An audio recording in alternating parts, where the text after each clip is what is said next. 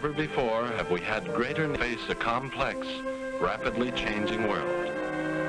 Think of it a moment. It is a world in which supersonic speeds are commonplace. It is a world that has seen the coming of the atomic bomb. It has seen the rise of the total state, the dictator, and the mass man. It is a world of new sensations, new excitements, new distractions. So much to be learned by so many in so little time. I suppose you're here with no agenda, as per usual? On the contrary, I'm here for comics.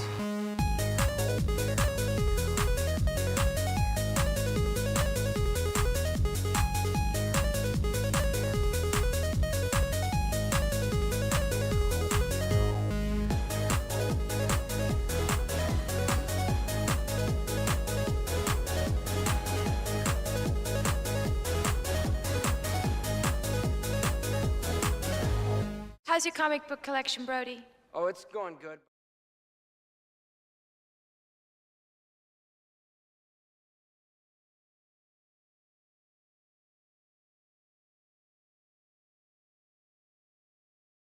Prep work on a bunch of like Hollywood stuff. So Yeah. once that I'm gonna comes have to around- I'm gonna have to reread a bunch of of his nothing, work, of 'cause it's nothing, been a of hot nothing, minute. of nothing, because we're live. You're not gonna reread anything. You're not gonna tell anybody what we're talking about. I Guys, didn't say names. didn't say names. Nobody knows what we're talking about. Either way, guys, how's it going? Thursday night. It's time for another foil variant. If you guys didn't get enough of your dose of me and Andrew earlier today when we were talking with Chuck Dixon, the man, the legend himself, like so many insane insights from that discussion. It almost felt like a foil variant in and of itself. Like, And for especially for me and for you as well, because Yeah. you listen to his YouTube Yep. shows that he does as well. Like for as many episodes of that we've both listened to collectively, like he still had like new stories to stories. tell and new insight that like I'd never heard him talk about before. like that which whole is the so whole bit cool. where he was talking about, I guess DC screwed him over with something at some point in the 90s, like really bad. He couldn't get into it, but he basically went, okay, if you want to make this right, you're giving me these books and these artists. No, like no questioning. And they were like, okay, yeah, we're gonna give it to you. So like Yeah. that was amazing. The opening script for the Sergeant Rock movie that was in development. It Oh, was awesome. dude, that was like what a freaking opener. I can't and especially if Bruce Willis is in that role, right? Like him walking out of the smoke like that, like, and yeah, dude, like it's such a good, I'm obsessed with it. Like that's a perfect movie opening. Like, if you guys want to know what we're talking about, go over to the Bounding Into Comics channel, go watch that conversation. It was fantastic. Chuck is the man. We'll obviously be having more Ask Me Anythings interviews over there on Bounding Into Comics. We've got a couple lined up. One in particular that should be very, very cool. Andrew and I will let you know more about that when it gets closer. But aside from that, we're going to deal with today and right now and all the comics that dropped this week. But before we do, Andrew, how are you doing? I'm doing well, man. I'm a little on the tired side, but coming off of a good week of comics. Honestly. Well, there were a couple of whiffs, but there was also like Yeah. there were some lows, but there were some pretty big highs. The highs were as high well. this week, but then the lows are just frustrating more than they're like anger. Yeah. You know what I mean? Yeah, it was just kind of like, what are we doing here? Like, this could easily be fixed. Type of a thing. So easily, but they don't do it. So, Yeah. in case you guys didn't catch any of the thumbnail or the description, obviously, big topic tonight will be Absolute Batman with its debut of Absolute Joker. We've also got some updates to the Ultimate Universe as we are barreling towards Endgame. Spider-Man and Wolverine are sort of ramping up to their climaxes. We've got The Darkness. He is back. And as Speaking of climax. Yes, speaking of climaxes, God, that panel. Yes, speaking of climaxes, Jackie is back, and you know what? Kudos to Silvestri and the Image Comics team. They're still killing it with their revivals, I guess is what you would call it, right? Not reboots, but like revivals. Kind of the revivals. Well, I mean, I guess it is kind of a reboot. They kind of. They're actually, if anything, maybe it's like a remake. Yeah, actually, I would go with remake. Remake feels a lot better. Because like story-wise, it's like hitting a lot of the same beats, if not all of the same beats for the most part, as like the original launches of Darkness and Witchblade from the 90s, right? Like Witchblade starts off with that whole fight against tweaking Ian, it a little bit. and we're not Ian, the other guy that I always forget his name. Oh no, wait, that's right. Like the sword guy. Well, right? you got Kenneth Ironin. I know Kenneth Irons, but Kenneth. then Ian Nottingham. Ian. Okay, yeah, I was right. It is Ian Nottingham. Yeah, I love that guy. But it's the same kind of thing. Like she goes, she meets Ironside, he chats, Ian comes to attack her, so on and so forth. Like it is. I think remake is probably like the perfect way to put it. And then guys, off of that, we have DCKO, which is we're in all fight month. Yeah, we're in all fight month right now, and let's just say last week was probably the best fight we're looking at. I mean, I know we have like 2 weeks left, but if this week is any I'm really hoping the Jason and Joker one is good. I would be really. I know that they're ultimately probably going to have Joker win that fight. But I would really love to see Jason get the dub. I don't even like Jason, but I would just like to actually, if it's written well, I would like to see him get his revenge finally. Because it's so weird that I think he's only confronted the Joker like twice since he came back, which is like I feel like that should be your thing now. Is like I am the kill Joker guy. And we're not talking this. That fucking book, man. What was even the point of it? What was even the point?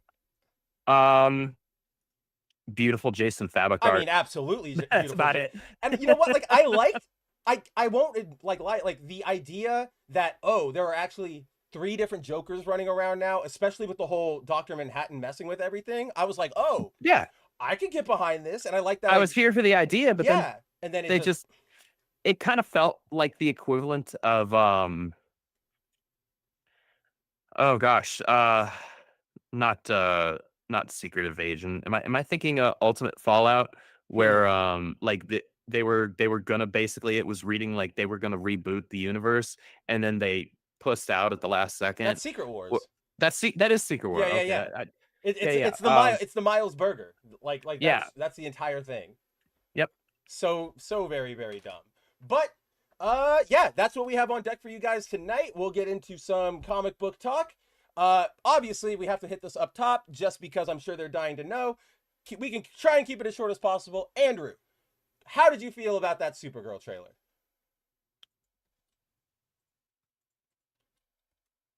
I'm torn. I'm really torn. The back half of it, or maybe not even back half, like the last third of it, like couple where it was clearly like shots and stuff from later in the movie, where it seemed like it was taking itself a little bit more seriously. You had clearly a more matured Kara narrating. Right. Yeah. And it was like the line that she says where like he believes he sees the goodness in people, or good in people, and I see the truth, right? Like that was a cool line. Yeah, right. Definitely. And I was like, okay, but like up until that point, I was super iffy on it. It was feeling way too Guardians. It feels extremely like a one-person Guardians of the Galaxy movie. Yeah, like for all of the criticisms that people levied on James Gunn's Superman movie about it feeling too much like Guardians of the Galaxy, this is what actually feels too much like Guardians of the Galaxy. You got the same sort of like settings, right? Like, you got the same lighting being used. Dingy neon places. Yeah, the super dark emphasis on yellow a lot, which is what the Guardians did, especially when they were fighting like the Adam Strange people, right? Like there was a lot of yellow there. So yeah, like all of it, Ravagers, right? This just feels like the Ravagers. It feels like she's hanging out with innocent Gamora, if you will, right? Like I do like this bit though, like where she's just one-handed, when she uses her powers. I like when that like she does that. But I agree with you. It looks way too Guardians-y, and like I guess that doesn't necessarily mean it'll be bad.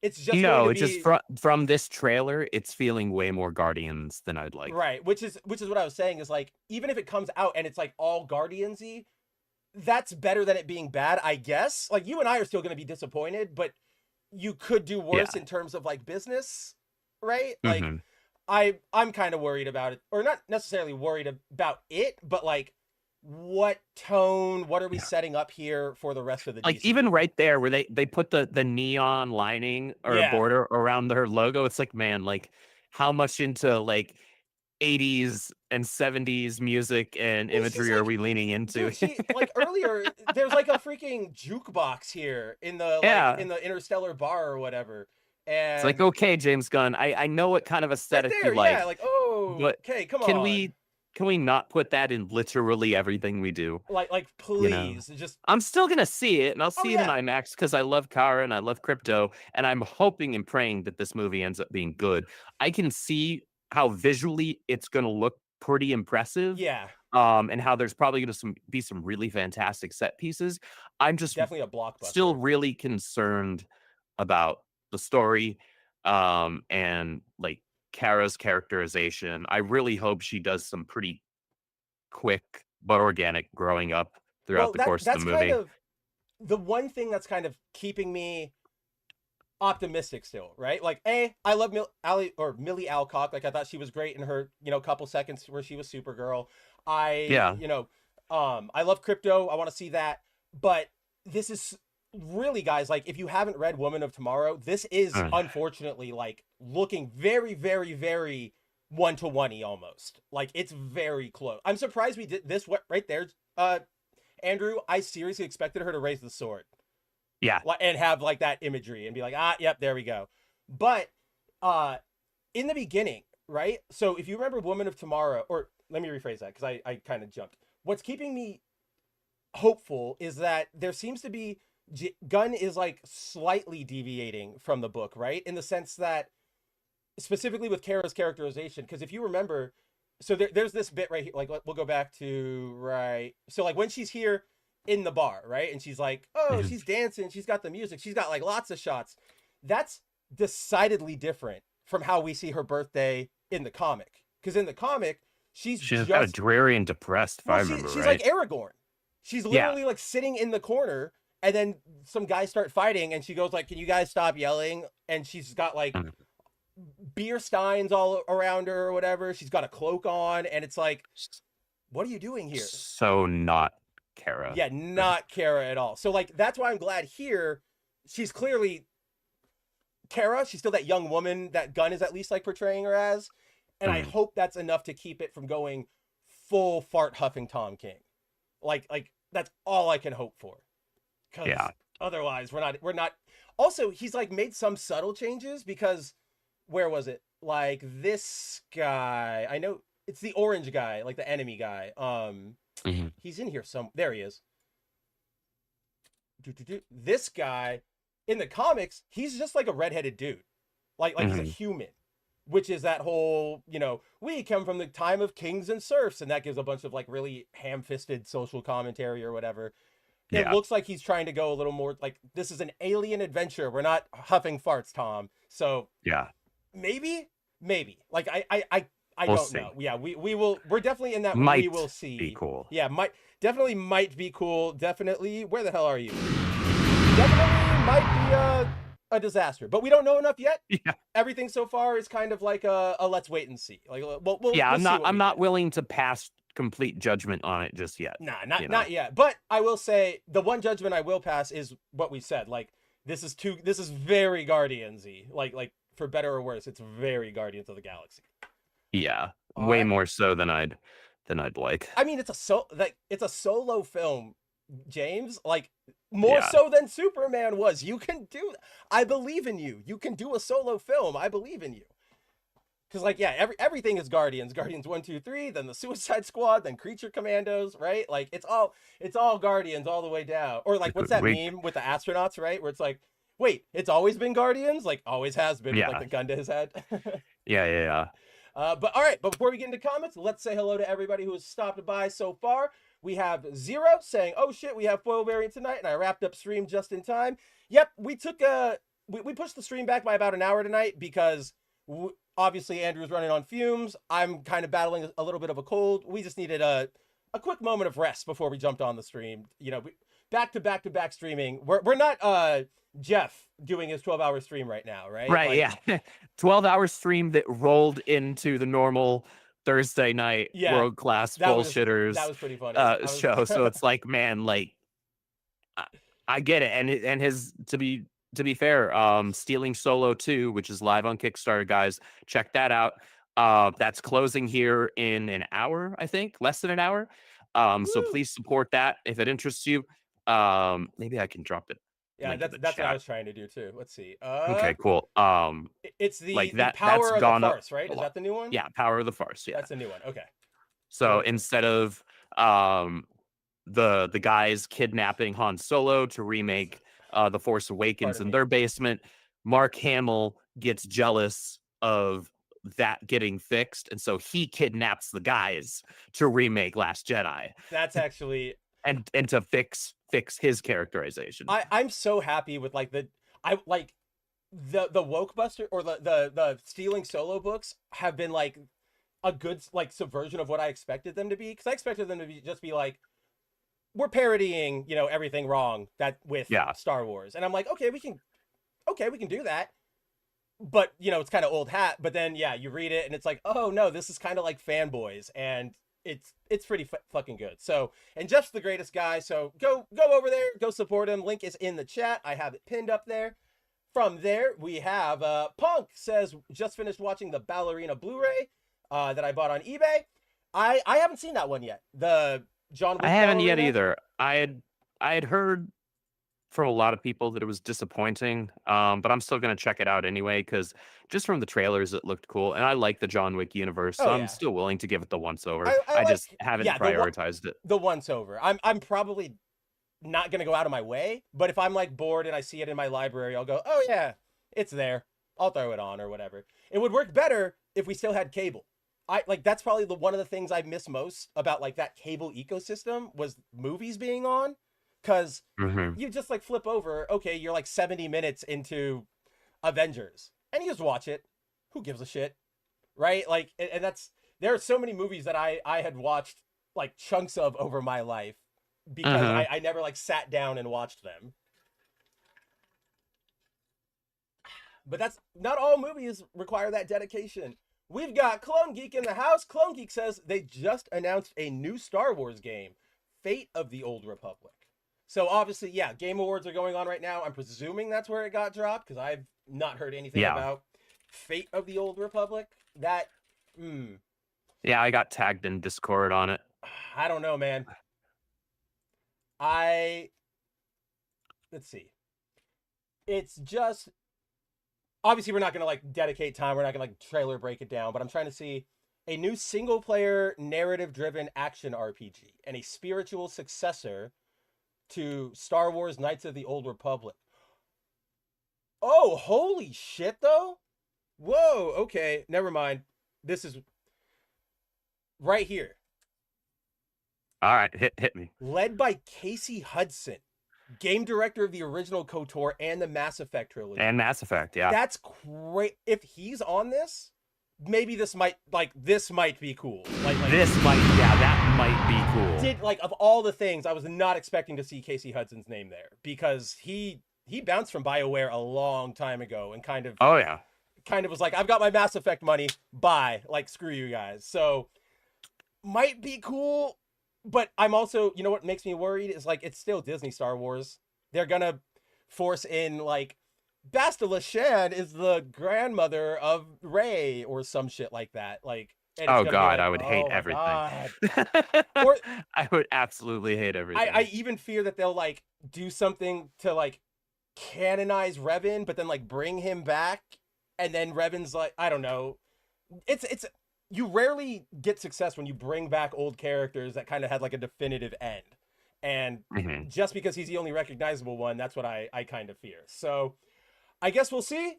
But yeah, I'm sure you and I will watch this afterwards and we'll talk about it. Because I love KOTOR, the first one. I'd played the absolute piss out of both of them. Jolie Bindo. Like that name always just sticks in my like good name, my head, because it's so like ridiculous, but also good. Like also such a good sci-fi name, Jolie Bindo. All right, let's see. Enough of Star Wars. We have who's playing Kara from Punk. It is Millie Alcock from House of the Dragon. Other stuff too, but that's probably going to be the one that most people know her from.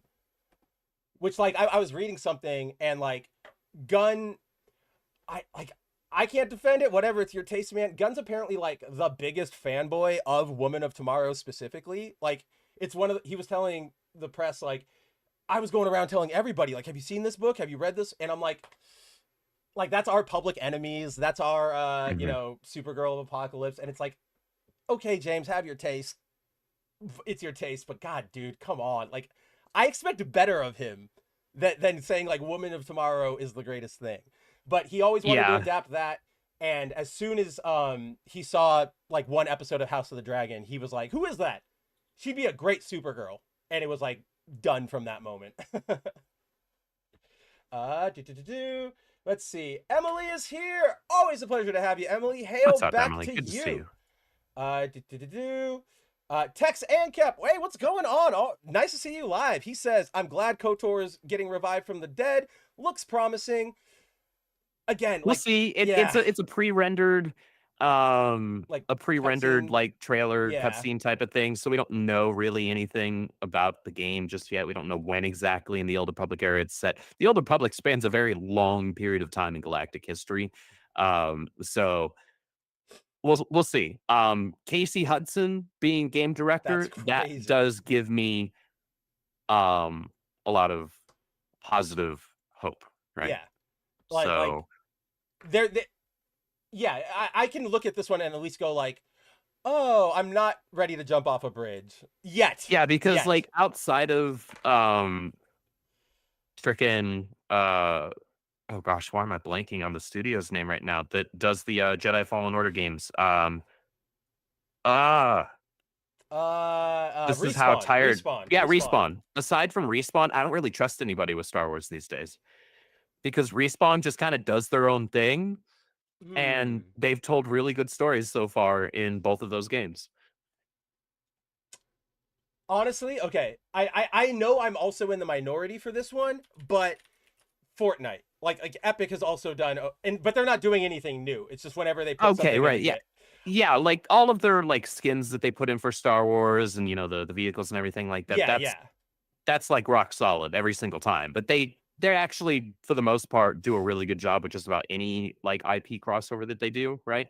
yeah. Um so that's not particularly surprising, but I mean just like an actual dedicated Oh Star yeah, yeah, Wars yeah. game, I was definitely right? being pedantic, but yes, like, or not even just game, but like media in general.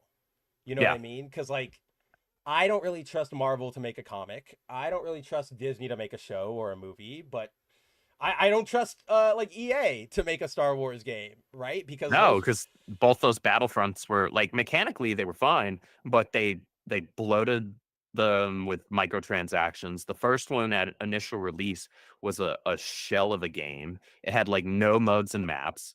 ugh, Um, and it lacked a campaign, that was right? the thing that really got me was the way they did like the special heroes on the battlefield, where it's like Yeah. randomly you get selected to be one, but you'll die if you die. It's over, and if the match Yeah. is over, you're done. And it's like it was not fun. It was kind of a big bummer. So Yeah. let's hope. I mean, Star Wars has to get something good every once in a while, right? Like just by statistics, just by Yes. statistics. Yeah, statistically speaking, somebody has to make something that is good in within Star Wars at some point. Like And yeah. for me, the last time somebody did was Jedi Survivor, And, and well, that I was mean, what 3 years I ago. was gonna say you say that.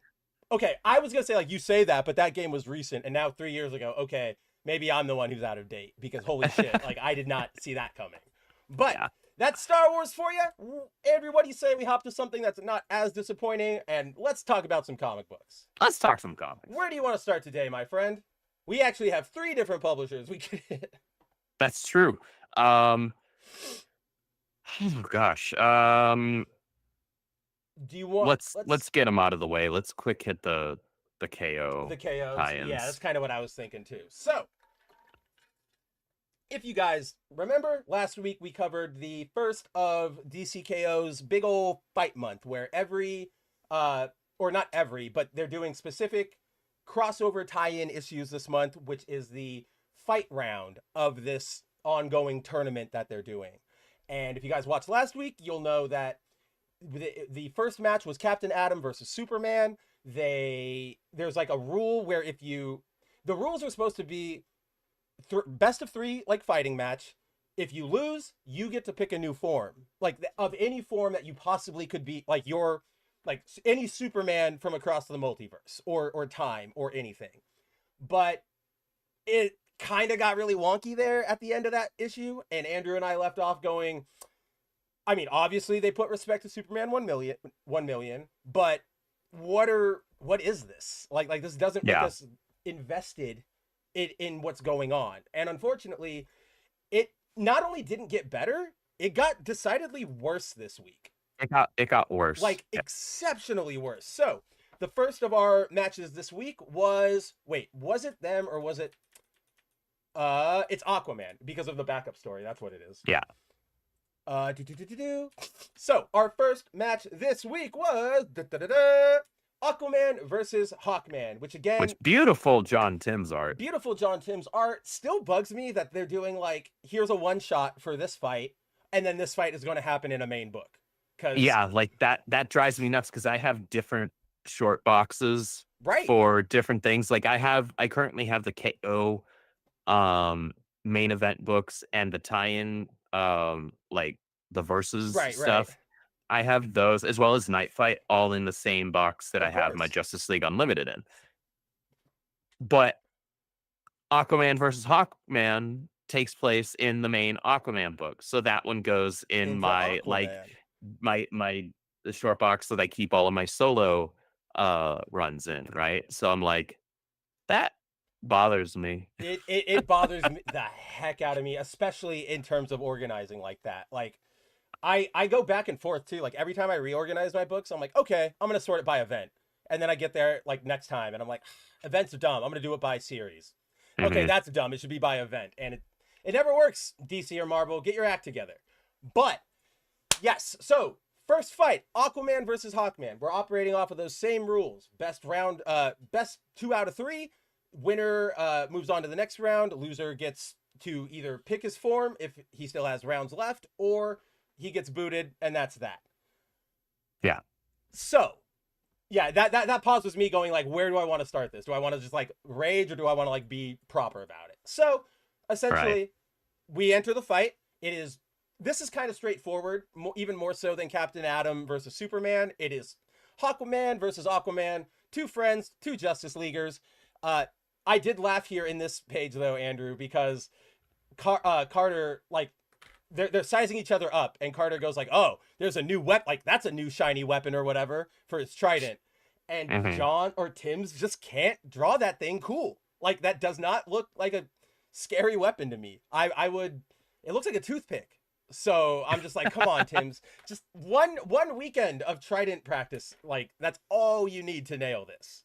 But yeah, some really great Tim art aside from the trident. The trident's that's just the thing he has. I don't know why he's had it ever since they introduced it. I've called it out. It is what it is. But aside from that, Tim is a great artist, and obviously you see a bunch of that in the clashing we get here. See, this is what's weird about it too, right, Andrew? Because it's in the series, we still have to like check in with everybody. Yeah, like 24 hours later, and so for the first few pages, we're seeing like Arthur on the Nautilus, right? Mm-hmm. And it's like, guys. And then like it's really weird too, because there's this bit here where like they keep telling him like, oh, why are you going to go fight in this tournament? This is stupid. And it's like, okay, we can agree on, but there's not like another option. It's not like he's hosting this himself. It's not like he's choosing this. Like this is literally the only thing you guys have against the dark side. You all had a meeting against it. I don't know. And then he goes like, well, I trust my friends, and if this is the only way to save the universe, then it's the only way to save. And I'm like, do you even need that justification? Like you are one of the big 7. Like I don't understand what's happening here. It was very one of the awkward. Magnificent 7. Magnificent 7. I did like when Chuck said that. I was like, I loved that Chuck dropped that. I was like, duh, yes! Like duh. Why? Like duh. Yeah, he knows what he's talking about. And this, okay, help me with my read here. This is kind of what we were talking about with Chuck and like getting artists to do facial expressions well. In the bottom here, what's her name? Like Lori, I think. Or no, Andrina, his daughter from the future with Mara, who they had time warp stuff. Don't worry, it actually is her. Actually, is Arthur's daughter. Like no trickery there. But she hands him like, take this. It's a good luck charm, and she's like pausing throughout, like saying that, and then she's like he says like, all right, I'll wear it, like look after everybody, and she goes like, of course, anything for you. And I'm like, it felt like far more sinister than Yeah. her character was being set up to be. And Mm-hmm. it feels like it just comes out of like left field. Yeah, I'm wondering if Right? Like it's a hard one. because I think, and this is just me maybe making a shot in the dark here, Better than what else we or had, which is nothing. casting out into the deep end.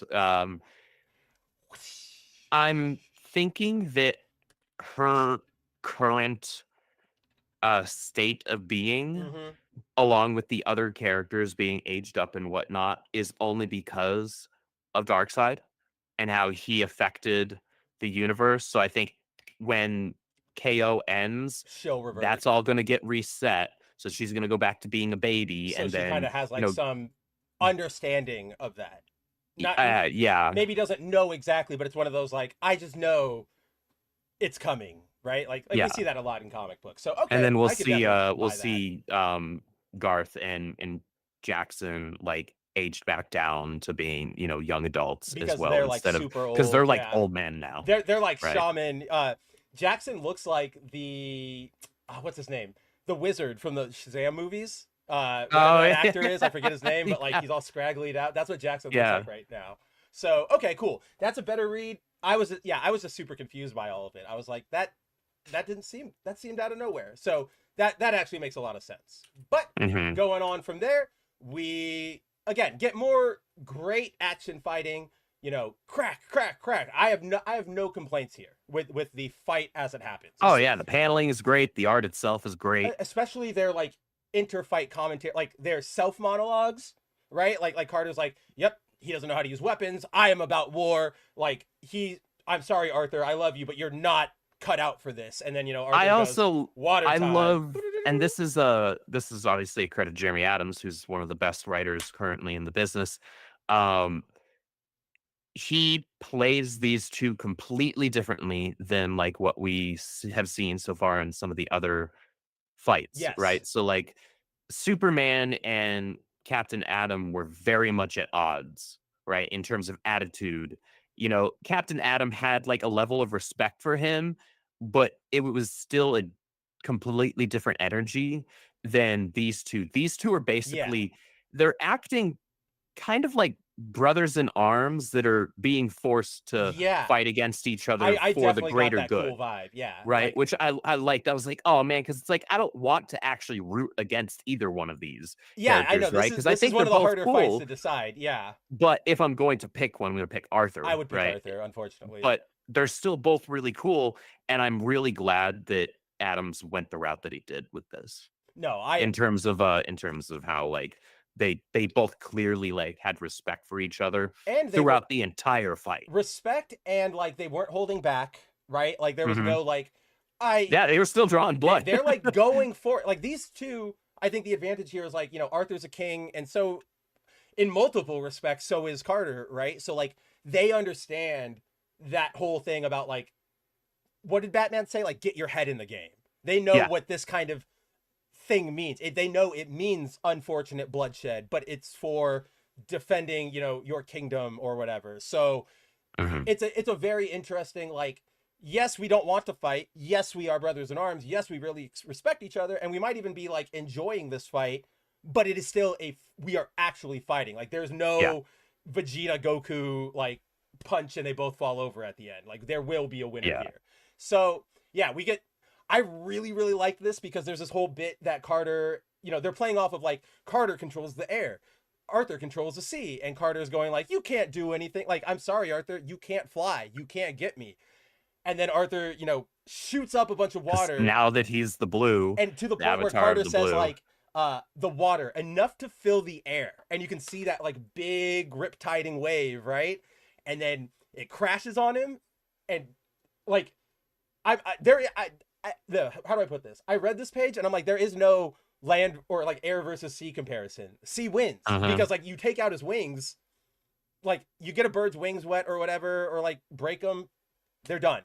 Like you can't happen. So yeah, he completely like thrashes Carter in a very cool way. Again, utilizing that blue. I love this shot by the way. If there was like no other books, man, I was that genuinely right there, tempted for this one.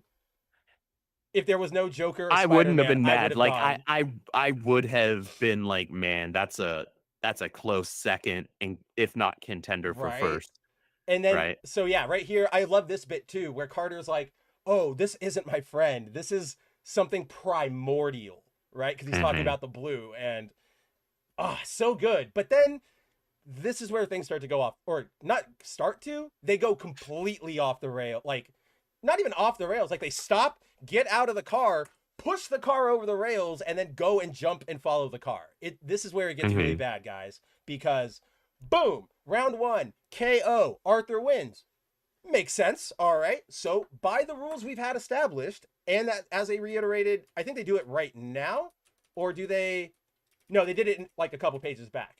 It's Mhm. if you lose a round, you get to choose your next form, and then you take Mhm. that into the fight.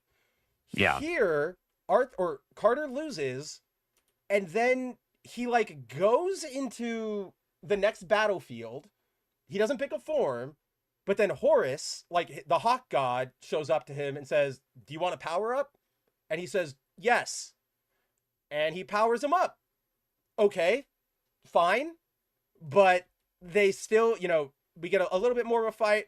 Arthur does another really awesome blue moment where he basically like takes the blood and water. Oh no, he He stops. takes the water out, or yeah, he stops the flow of blood Yeah, in Carter, which is like, that's gangster. it That's really some is, dude. that's some freaking Katara Yup, that's what I bloodbending was. I stuff was right there. thinking Is that what too. that I'm like, this is. might be the second person in all of like middle, or not middle, but like younger oriented fiction that stopped somebody's heart by bloodbending the water. Like, damn. Mhm. But with that, they crash and it's over. Yeah. Like, okay, Arthur did get his 2 wins, but where was the form changing? Where, I don't know. That it was just so weird.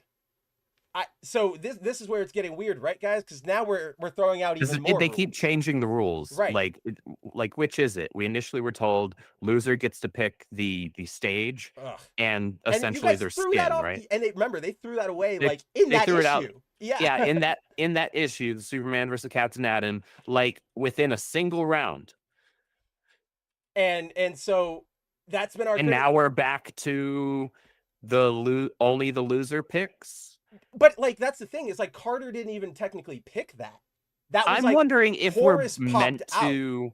Well, that's the thing I just started thinking about while we were going through this. Mhm. I'm wondering if we're meant to infer that basically he was internally wishing for his deity to show up and grant him strength, grant him power, and that was the thing that he chose. That's the best I got. I mean, that is, by playing everything we know about the DC universe, all the cards that are dealt, that's an explanation that works with everything we've been told. But the only pushback I have against that, and I know it's only one issue, well, technically 2, because we see it in the next one as well, none of the other people had to do that. Like, the other people kind of you're right. snapped, and then boom, I'm Superman 1 million. Like, I'm Monarch, I am so-and-so, as we'll see. So I feel like what we just hit is one of those things where that's how they will explain it. Mhm. But it is like, dude, you are stretching here. Like, you are reaching for that one. But I think you've landed on, like, how can we best explain it? Definitely. Yeah. But there is no explaining what comes next in this fight. Like, this this was bizarrely disappointing. Real to me. quick, I want to real quick. Yeah. Are we going to address the like the interlude stuff like together after we finish? I was just saving it for at the end, because that makes sense. Otherwise, Like we'd just be pinging around. because they happen like one right after each other. Yeah, cool. Just wanted to make sure.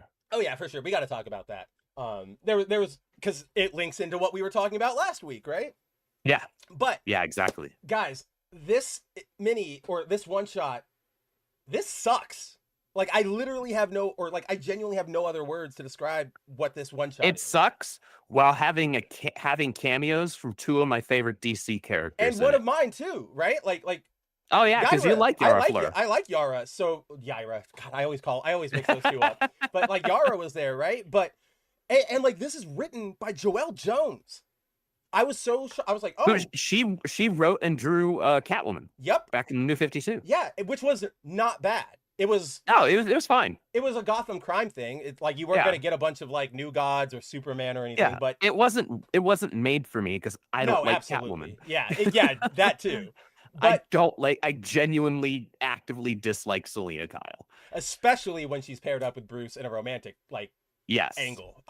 We know this. But like Joelle Jones, to your point, like she's good. She knows what she's doing. Mhm.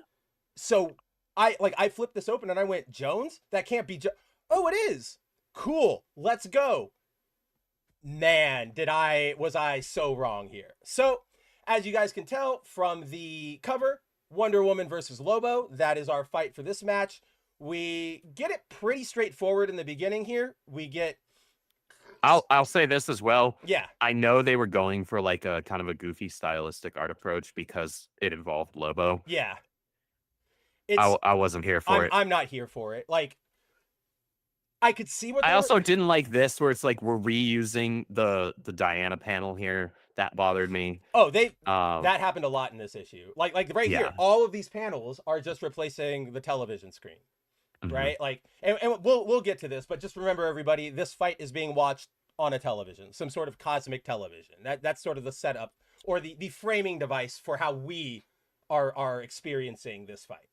So Mhm. yeah, like I definitely think they were going for some of that Daniel Warren Johnson, the guy who did the Absolute Batman annual. Yeah. It's just like he's already a very particular style, like heavily stylized art. Yeah. And like you And and I, it's not for everybody. like we don't like it, but even in that issue, we're like we can see where the advantage is and what you're doing, even if it's not Mhm. for us. Here, it's much more superficial. They make it look like his style, but don't really study his style. Don't really understand why those things work, and it does not work out well. Like it just makes it very, very odd. But our setting for this fight, a little bit unsurprisingly, is a sort of a wrestling ring, right? Somewhere out there in the cosmos. That's just the fight that's been decided for them.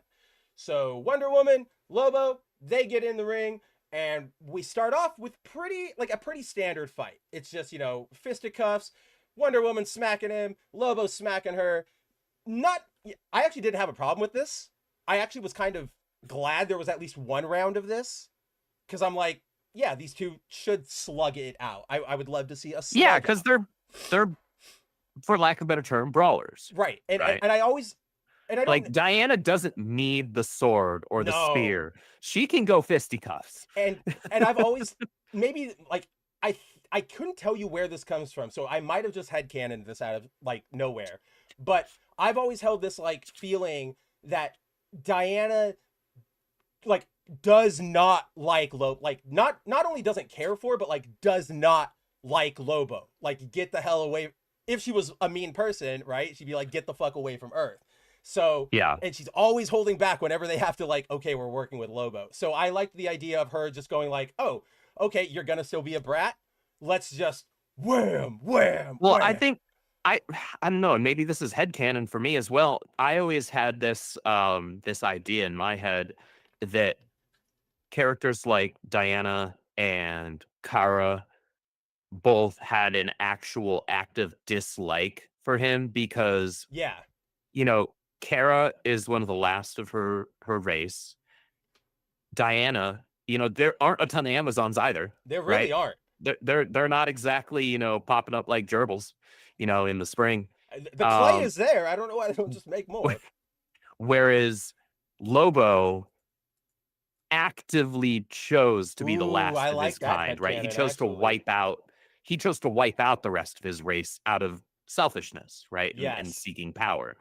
And characters like Kara, who lost her entire race, lost her entire home, And was like Diana, and who her- barely has much of it to begin with, and right? both of them were like specifically sort of Kara more than Diana, like appointed sort of the guardians of that Yeah. like culture, like right, like Clark and then Amazon as a whole. So it's like, Mhm. oh, we learned to love and protect and see the value in everything, and you're just literally ripping through your own people, just Mhm. for what? To be the only one left? What is Yeah. wrong with So you? Yeah. for that reason alone, I've always thought that those two characters would just really, really hate Lobo. Really, really dislike Lobo. Well, doesn't matter how we got there. I'm glad you and I kind of both got on the same. Yeah. We're all there. We all know Diana's probably not a big fan of Lobo, but yeah, we get the fight. I will admit, here where Diana gets KO'd, I went, oh, might be cool. Like maybe we're getting some. I didn't expect that. I was like, oh shit. Well, now let's see her, power up. What is she gonna do, Andrew? It's time for her to get her form. Is she gonna power up into multiverse Trinity Diana that we saw at the end of Dark Knight's Metal? Is she gonna turn into? Is there even what other powerful Wonder Women are there? There's not a heck of a lot to really pull from, but we get, of course, we get the golden armor, which is like, okay, it's a strong suit. I'll say this, there's a thing that they did with the design here that I liked, but I would have slightly tweaked. Is it the flag? So the flag, yeah, because I'm like, oh, that to me that's them trying to call back to more classic era Wonder Woman. But I think what I would have liked to see instead, or at least more leaned into, is having the stars more prominent and visible on it. Because I always liked when the stars were more prominent on her outfit, right? When she had just the kind of one-piece leotard, or even on her skirt, right? I liked when they did that, with the classic designs. I always like when they make her star on her tiara. I like bigger star. I don't like small star. Agreed. And I've always liked her. Probably my favorite outfit of hers is her Rebirth one, followed by. I like that one a lot. I really like it. Followed probably by her New 52 one, actually. I really like that one as well. And then third would be the silver instead of the gold. It's so subtle, but it was so good. It worked really well, especially for that era. And then third would be just before New 52. So pre-52, when it was the single leotard piece. Kind of the one we saw in Justice League. The cartoon. Exactly. The exactly that one. The not simple, but simplified version. I think to your credit, I will say I think the lack of stars here is probably just the art. I don't think that she's wearing just a blue sash with stripes. I think they just couldn't do it. The change I would have made is, let me see if I can find. I also wish that I don't like when I don't like when female characters have so much of their hair hidden in the front. I mean, especially with Diana, because she just has this long, beautiful, really wavy hair. Well, that's what I found a little odd about this right here in KO, because it's a helmet and normally they don't have her hair out. They normally keep it in, which is to me, because I'm with you most of the time, right? I like free flowing female hair. It helps add to their silhouette, if you will. But if you have it in the helmet and it's all good, we can all go, okay, cool, it's in the helmet. But when you do this, where it's partially out, then it starts getting weird. It's well, then why don't we have more? Is it just a decoration? Can't we have more happening? So I can definitely see that. But dang it, I guess this is the best picture I'm gonna have of it. But so the way she's wearing this, it's a weird, she's got the thing pinning it to her almost, right? And then there's one part of the flag and then most of it flows out. I would have changed it to look oh, that's the trailer for Star Wars. I'll just grab this. So that costume on the right over there from Earth X, I would have done that, a flaggy toga thing. Drape it over her side and I got give it a golden cord or something. That would have been cool. Yeah, that to me feels more warrior, right? So that, but yeah, I'm with you. Whoops, go back to the page. I'm with you. I think adding the flag there is a really good touch to it that they. I thought that was a nice touch that for me harkened back. But to, then pre-52 era. So back to the fight though. Here's where it also gets weird. Is so. Diana picks not necessarily even that strong of a form. It's really just her with armor. It is not super powered or anything, right? It's really weird that she went with that one. It's she can already fly. She doesn't need the wings to do it. Yeah, she doesn't need it. It's really ceremonial. It just aesthetically looks cool. That's exactly. basically it. But then they also change the rules up here too, because then they go, she imagined herself in her true form, which is with her Amazon sisters, and now Donna, Cassie, which is who I was like like, that's a "Woo!" weird bend on the rules in my Right. opinion on its own, where it's like, wait, so what if I've envisioned my true form being like I have all of my forms with me at once, like Right. individually, so we can just like Like gang up on imagine the if you were fighting enemy. Wally, right? He could go, well, I have fought alongside like ghosts of myself. Why can't they just be Hmm. ghosts who are all different power forms or something? And boom. But then they also make it weird. I don't know if you caught this, Andrew, because they go, in her ideal form, Wonder Woman has her warrior sisters at her side. And it's just Hmm. those three. And what's incredibly strange about it, especially, is that they're picking all of the Wonder Girls Yeah, rather than, right. like, her fellow Artemis Amazons that are, like, or like actually Hippolyta. closer to, like, her age. Yeah, Right. Hippolyta, Artemis, like, what? Like, I'm not mad about her wanting to have No, I'm not mad at Cass and all. Donna and Yara there. I'm I know ambivalent you're on Yara. I ambivalent to don't her. really I know, care. Like, yeah. I don't hate her. I also am not like she's just kind of there for She's me. But kind of I there. Yeah, love I love Donna her, and but I yeah. love And Cass. as do I. I was super happy to see Cassie, by the way, just to put that out there for us. I went, Yeah. oh yeah, classic Cass. Especially after you and I were just talking Yeah, about her. just yesterday we were talking about Cass being misrepresented, right? Yeah, and then like boom, here she is. Yes. So that was cool to see them, but the reasoning was BS The reasoning's in BS, in my opinion. and it also like it it feels like they. What am I trying to say here? The way they describe it, it's like she has her warrior sisters with her. Well, that's all of Amazon. Yeah, Where are all they're of them? literally all sisters. And then so then we go, oh, we only got those four. Well, then why only those four? And then it's Yeah. like, oh, well, it's the Wonder Girls. And then we go to where you went. Like, well, yeah, but like she doesn't even really consider Yara like a Wonder Girl per se. Yeah. And then like Any more than like what's his butt over in the Chinese Justice League oh, is actually part of the Superman family, right? Keenan Kong. Yeah. Actually, Yeah. that's a really good approximation. Like Diana's like, I love you, you're one of us, but she's not like a Wonder Girl, if Yeah. you would, right? Like that's a really, really good comparison. So yeah, right here, the rules are already starting to get super wonky. And again, we also get the second thing. And then we get an appearance in DC Comics of Bloodshot. I mean, I'm not even gonna New lie. 52 I'm Lobo. legitimately not gonna lie. I did laugh at this, where Lobo was like, "I'm just changing into a form because, like, I might as well give you ladies something good to look at." And I was like, "Holy shit!" It's in character. It is in character, and I'm just kind of like, "Wow!" Kudos to anybody who can like always revive something so terrible and use it in any capacity. Nobody unironically likes that. Everybody that hated that Lobo to the point where they brought back the real Lobo and had him on page disembowel this one and be like, we're done here. So, yeah, we get Lobo, we get more fighting between the three. So it's a 4-on-1 now, Lobo versus the Wonder Women. It, kind of, we just get another brawl as it plays out, which again, not bad. I also did like this bit here where Lobo's dolphins join the fight again, and then like Kanga jumps in and starts fighting them. I was like, I like that little. Joelle knows her stuff, but then and I did like to an extent that Lobo whooped all the Wonder Girls. I was like, that kind of, I can get behind that.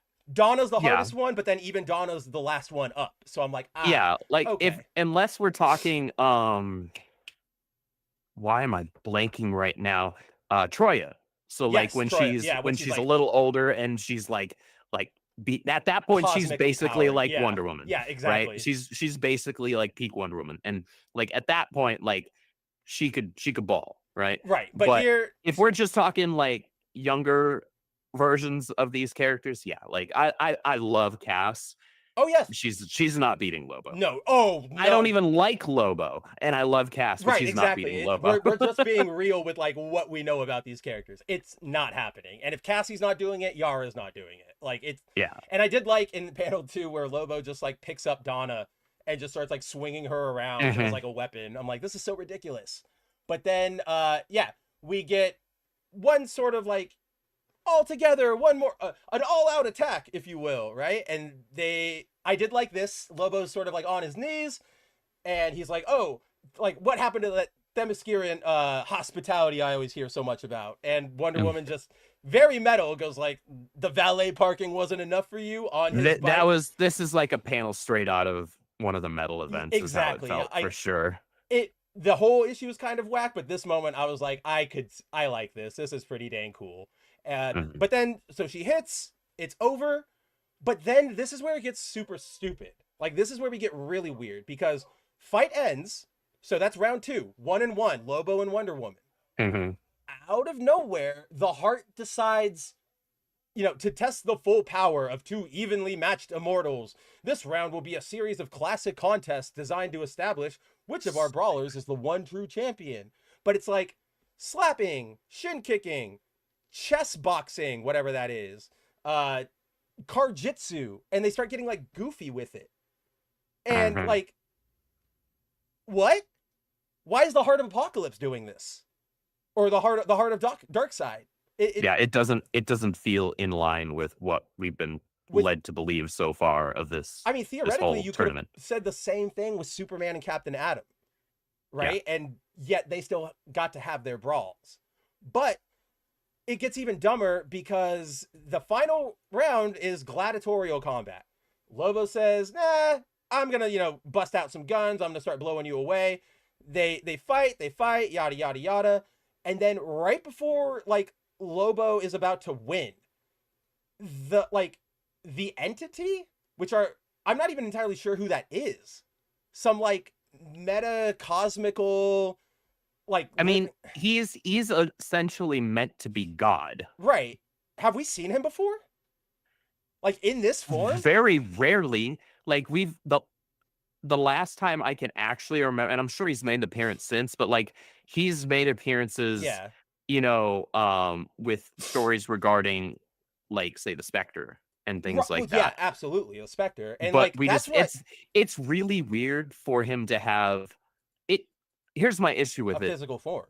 It feels like a MacGuffin out of nowhere in a Deus Machina to have. Like, you don't actually have to work that hard to convince me that Wonder Woman's going to win this fight, right? Ultimately, like, she's Wonder Woman, but she just sees an opening and then she takes it, and that's instead they use, and I guess maybe the idea is that because Lobo technically can't die, basically, or that it's just insanely hard to kill him, right?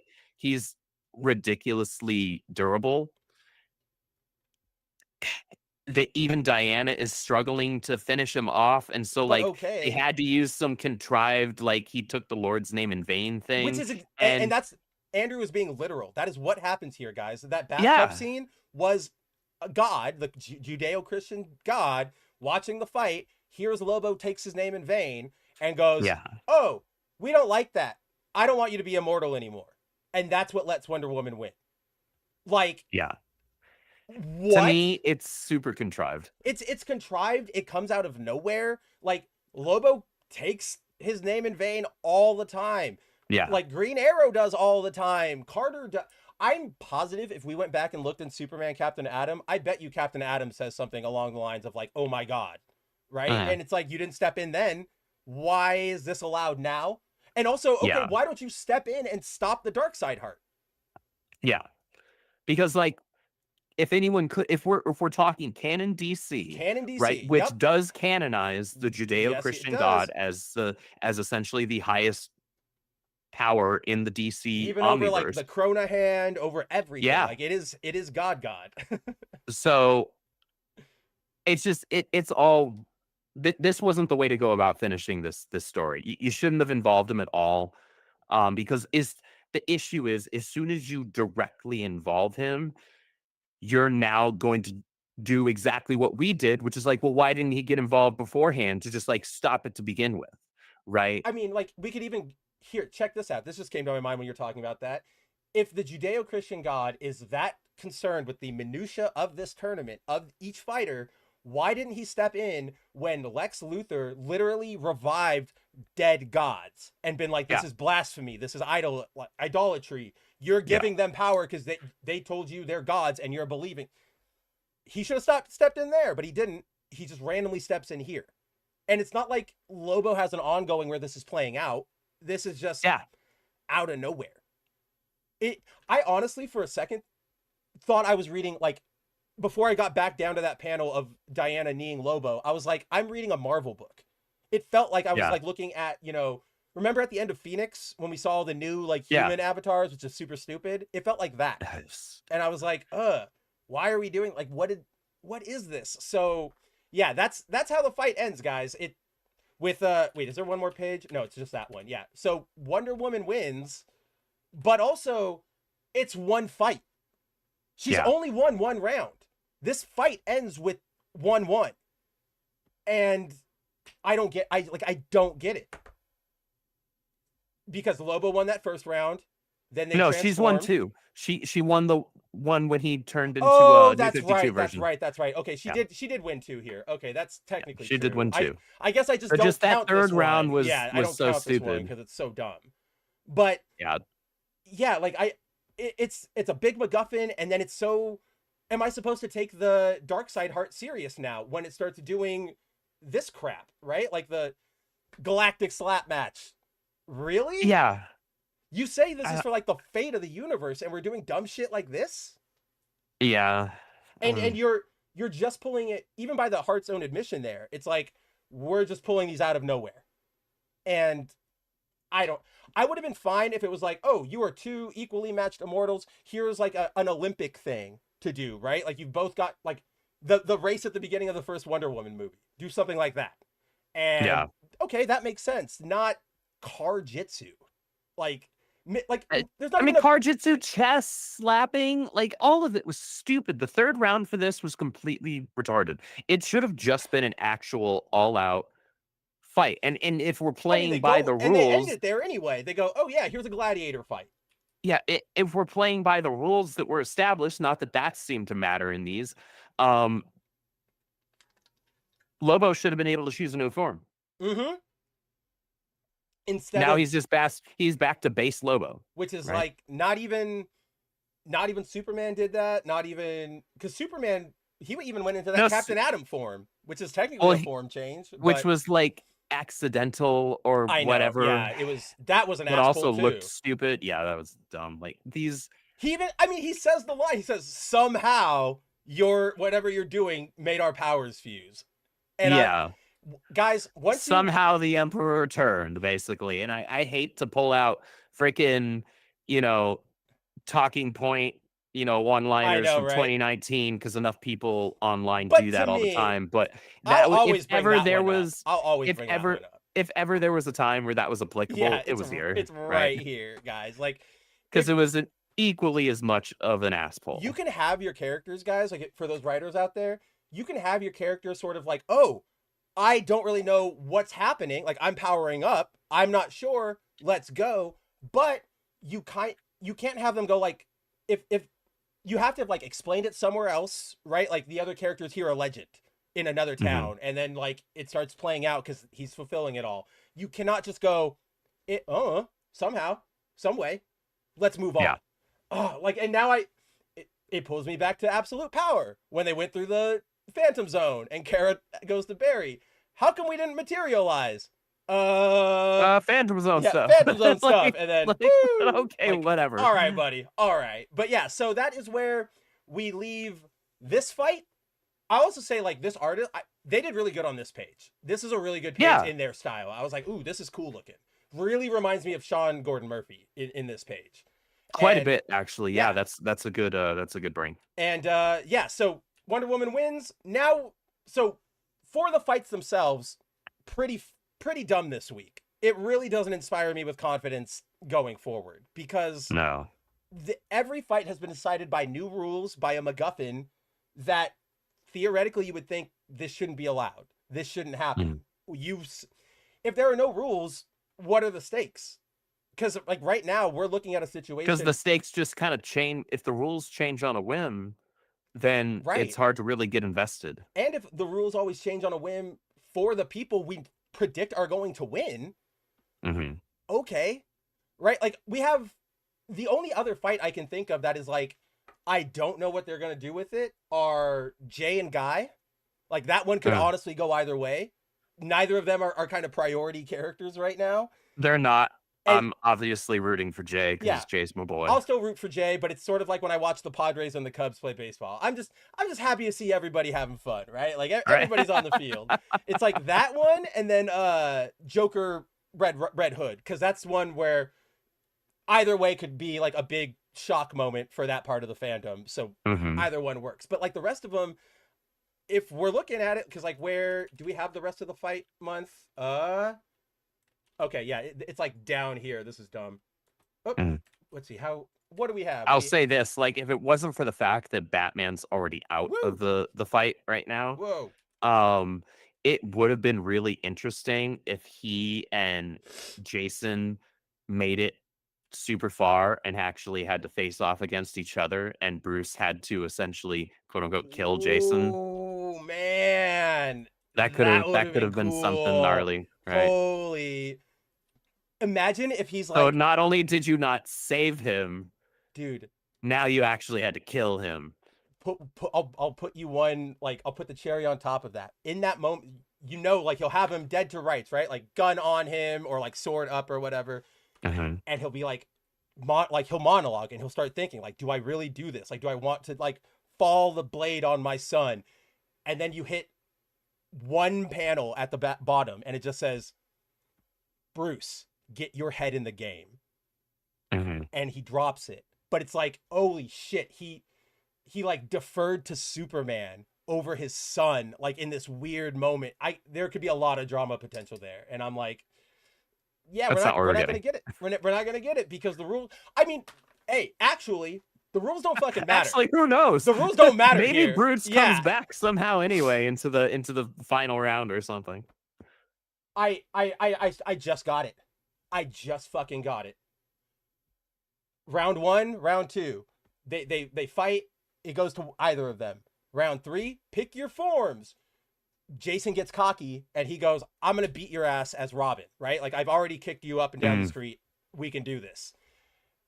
Joker comes out as like either Batman or like the Batman who laughs or something. Like, I can see how about he shows up as the White Knight?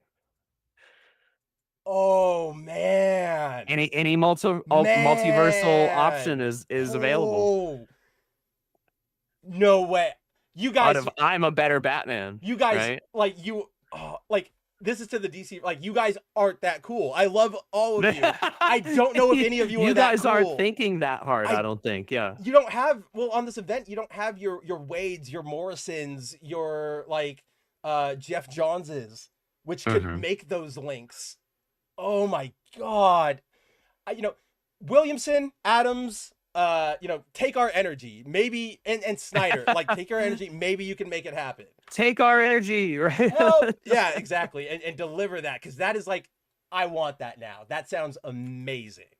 But before we ever find out what happens there, let's go back and we'll break down what's going on with Booster in his little weird thing, because if you guys remember, this was, like I was referencing before, another weird point of contention for us last week, because last week we had, there was the scene where World Forger, Grodd, and Booster Gold, infected by Darkseid, but they don't know yet, are looking at sort of like, I don't even know, like a projection of what's happening in the tournament, I guess, sort of like a map table field like they were doing with the Death Star in on Yavin. But then, like, what was the conflict? It was like he surprises them, but then in the issue, or in the story bit that followed in the next issue, it was like World Forger wasn't reacting. That was it, right? Yeah, that's what it was. Because Darkseid, makes his move and like punches out Grodd, and then we go to the next interlude in whatever issue that was, and he's fighting Grodd, or no. Grodd and the World Forger are kind of like, what's going on? Oh, yeah. And then he's fighting Time Trapper. Time Trapper. That's who it is. Right, that's who he's tossing around. But by that logic, if he fought Trapper, like, Forger and Grodd should have reacted and been like, "Oh, you're bad now," and they didn't. And then if you guys remember, we left off where it looked like World Forger was either standing behind him or getting ready to swing, and you and I didn't really know. It looks like here's where I get confused again, right? It seems like there's a lack of continuity between all of these because Right, because now here, like, he's in because front of in him. that in the yeah, and like several feet away instead of in that last one, it looked like he was like 2 feet behind him with hitting ready to He drop was that ready to anvil just right do on it. him, Yeah. right? He Let's was see. just I was like, oh well, the booster's done, right? Where yeah, right here. This is the one. So yeah, right there, they throw out the time trapper and we go, oh look. Yeah, he World looks like he's about ready to just take his head off. both of us last week we were like, oh yeah, that we're pretty sure that's him ready to, take his like decapitate Yeah, him. He's gonna specifically strike. because of the way that he's holding it, right? And then we go He's holding here it in a preparation position. and he like blocks and he's in front. And I don't get it. Yeah. I don't really know. I don't know what to make of all of this. It's really, really confusing. And I did like this little bit because I don't think we've seen World Forger do this, but he pounds down his hammer and he kind of like summons or creates like entire multiversal versions of Booster. He forges them. Yeah, he forges them. Which is, I thought that was actually pretty cool. I That was like like that. No, I like probably that. one of my favorite moments just in between all the stories in these two like KO issues. Yep. I was like, oh, that's cool. Like, I don't even like Booster Gold, but that's cool. Well, for me, like I like him, and I was like, oh, that's awesome. And then you have because like in that crowd, there are versions we've seen before, like they're doing little Easter eggs.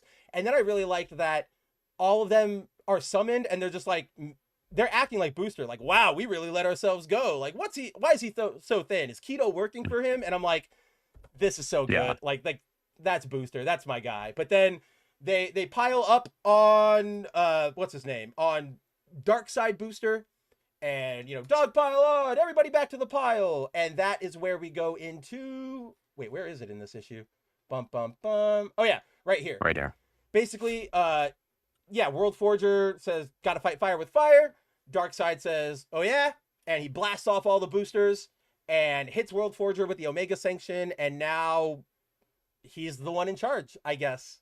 I feel like this should have been saved for like a mid-event one-shot. Like this just feels weird. It felt super anticlimactic, and I'm loath to believe that it actually means the World Forger is gone. I'm willing to bet that that's like it. That would be I doubt it, yeah. Super anticlimactic to just wipe out the World Forger like that. And when it's like, he was the crucial. Where the hell is that volume of Justice League? I think it's right here. I think it's right here. Sixth Dimension, right?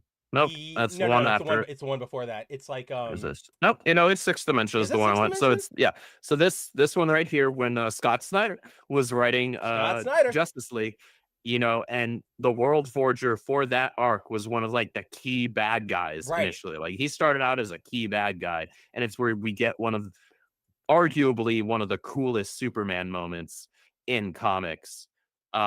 Because Scott Snyder likes to crank things up. I mean, Superman 15. is. Oh man, like that. That's so cool. That remains one of the cool. Also, it's when we get probably one of my favorite Batman things ever. I solo you. There we go. The like armored Batman. Yeah. It was like, okay, so they took the idea of like the Hellbat armor and then made it white and gold, and I was like, I'm so happy right now. I can get behind that. I like all of their designs in that Sixth Dimension. Like Superman's especially looks like Superman's is just it's aces, man. It's 10 out of 10. But where is that frickin' panel? Right here, man. Yeah. Oh, yep. The father-son Kamehameha punch. Yep. God, that's so good, Jimenez. You son of a bitch. Jimenez is so freaking good, man. It's just a beautiful piece. Who's he punching again? Love it. He's punching the World Forger disguised as Clark. Oh, that's right. As Superman. Yeah, that's right. That's right. Yeah, now I see it. And actually, I think at that point he'd revealed himself. I think he's already revealed at that point. I think that's why he's charging up such a strong hit. But dang it, what was I gonna say about that arc? Oh, the other thing is like here's where I get like I don't know, because like you are right. Like World Forger was a big thing. I mean, they introduced him into the canon as he's Perpetua's other son. So it's like the Monitor, Anti-Monitor, and him. Yeah. So he's this big thing, but here, so like on one hand I go, well, you don't walk away from that. You can't just ignore that. But I can see them going, yeah, nobody really like jived with that. Let's just kill him and then like let's never talk about this again. And I guess if you're gonna kill the World Forger, the only one who could theoretically do it would be Darkseid, or like his brothers. I guess. I'm not saying I think it's good. I'm saying like here's where the logic can make it work. Not that it's make it good, but make it work. So yeah, DCKO. I hate it, but then it keeps giving like it'll have like some cool moments, and then it'll have some stupid moments where I'm like, what are we doing here? And then it'll give us like a cool moment again. It's like, can you please make up your mind about whether you want to be cool or not? Exactly. Please. I can't, my heart can't take this. But at the very least, I think we can put KO behind us for this week. I think, yeah, that's all there is for that. We'll tune in next week for some more fights, which are probably going to be just as terrible because all three of them have just thrown all the rules out the window. So I don't know. We'll see you next week for DCKO. But we're not leaving. Don't worry. That was just a lead out of that book. Andrew, what do you want to talk about next? Oh gosh, we've got our two big hits. We can hit Darkness if you want, like really quick. Yeah, let's quickly hit Darkness. Yeah, let's get over to Jackie. So, as you guys probably know, as we mentioned at the top of the show, with Image lately, they are revitalizing, reviving, remaking a lot of their past properties. I know we got Witchblade earlier this year. We got Spawn is obviously doing like his big thing. Lady Patroika or whatever, the one that you were reading. Remember? Like the Lady of the Lake or whatever, like Lady Mechanica. Oh, yeah. Lady Mechanica. Yeah. Like they brought her back for a new adventure. So they're, you know, they're digging into their archives, trying to bring things back. As part of that, if you guys were reading Witchblade, you will know that they brought back Jackie, the Darkness. How many issues ago? Like 5 or so, right? Like issue 17. That sounds about right. Yeah, they brought him back right. I think it was either the penultimate or the final issue in the first act, or like the first arc of Witchblade. Yeah. Yeah. So he's been back and he got reintroduced, and now we are on full-on revival mode where we have a brand new The Darkness series written by Mark Silvestri, right? Like I believe that's who is on it. You said that. Yep.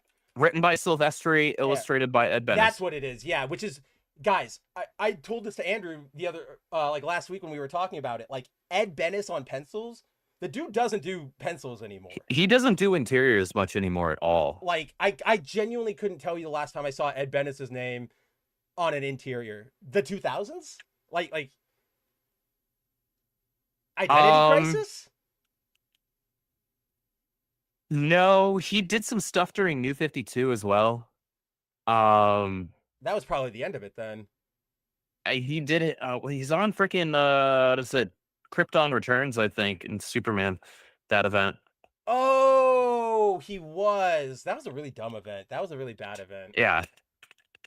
Any event where they're like, oh, we're bringing back Krypton or Kandor, I'm always like, who cares? It's gonna go away at the end of the issue. Like this never ever lasts of all things. But yes, as hopefully you guys know, maybe you guys know, as Andrew has said routinely over the past couple weeks when talking about Witchblade and the Image revival, the way they're going about this is that they're not changing up our character. That is such a good cover. That's I'm gonna take it out of the. That's Godtail, right? No, who is that from this week? That's Booth.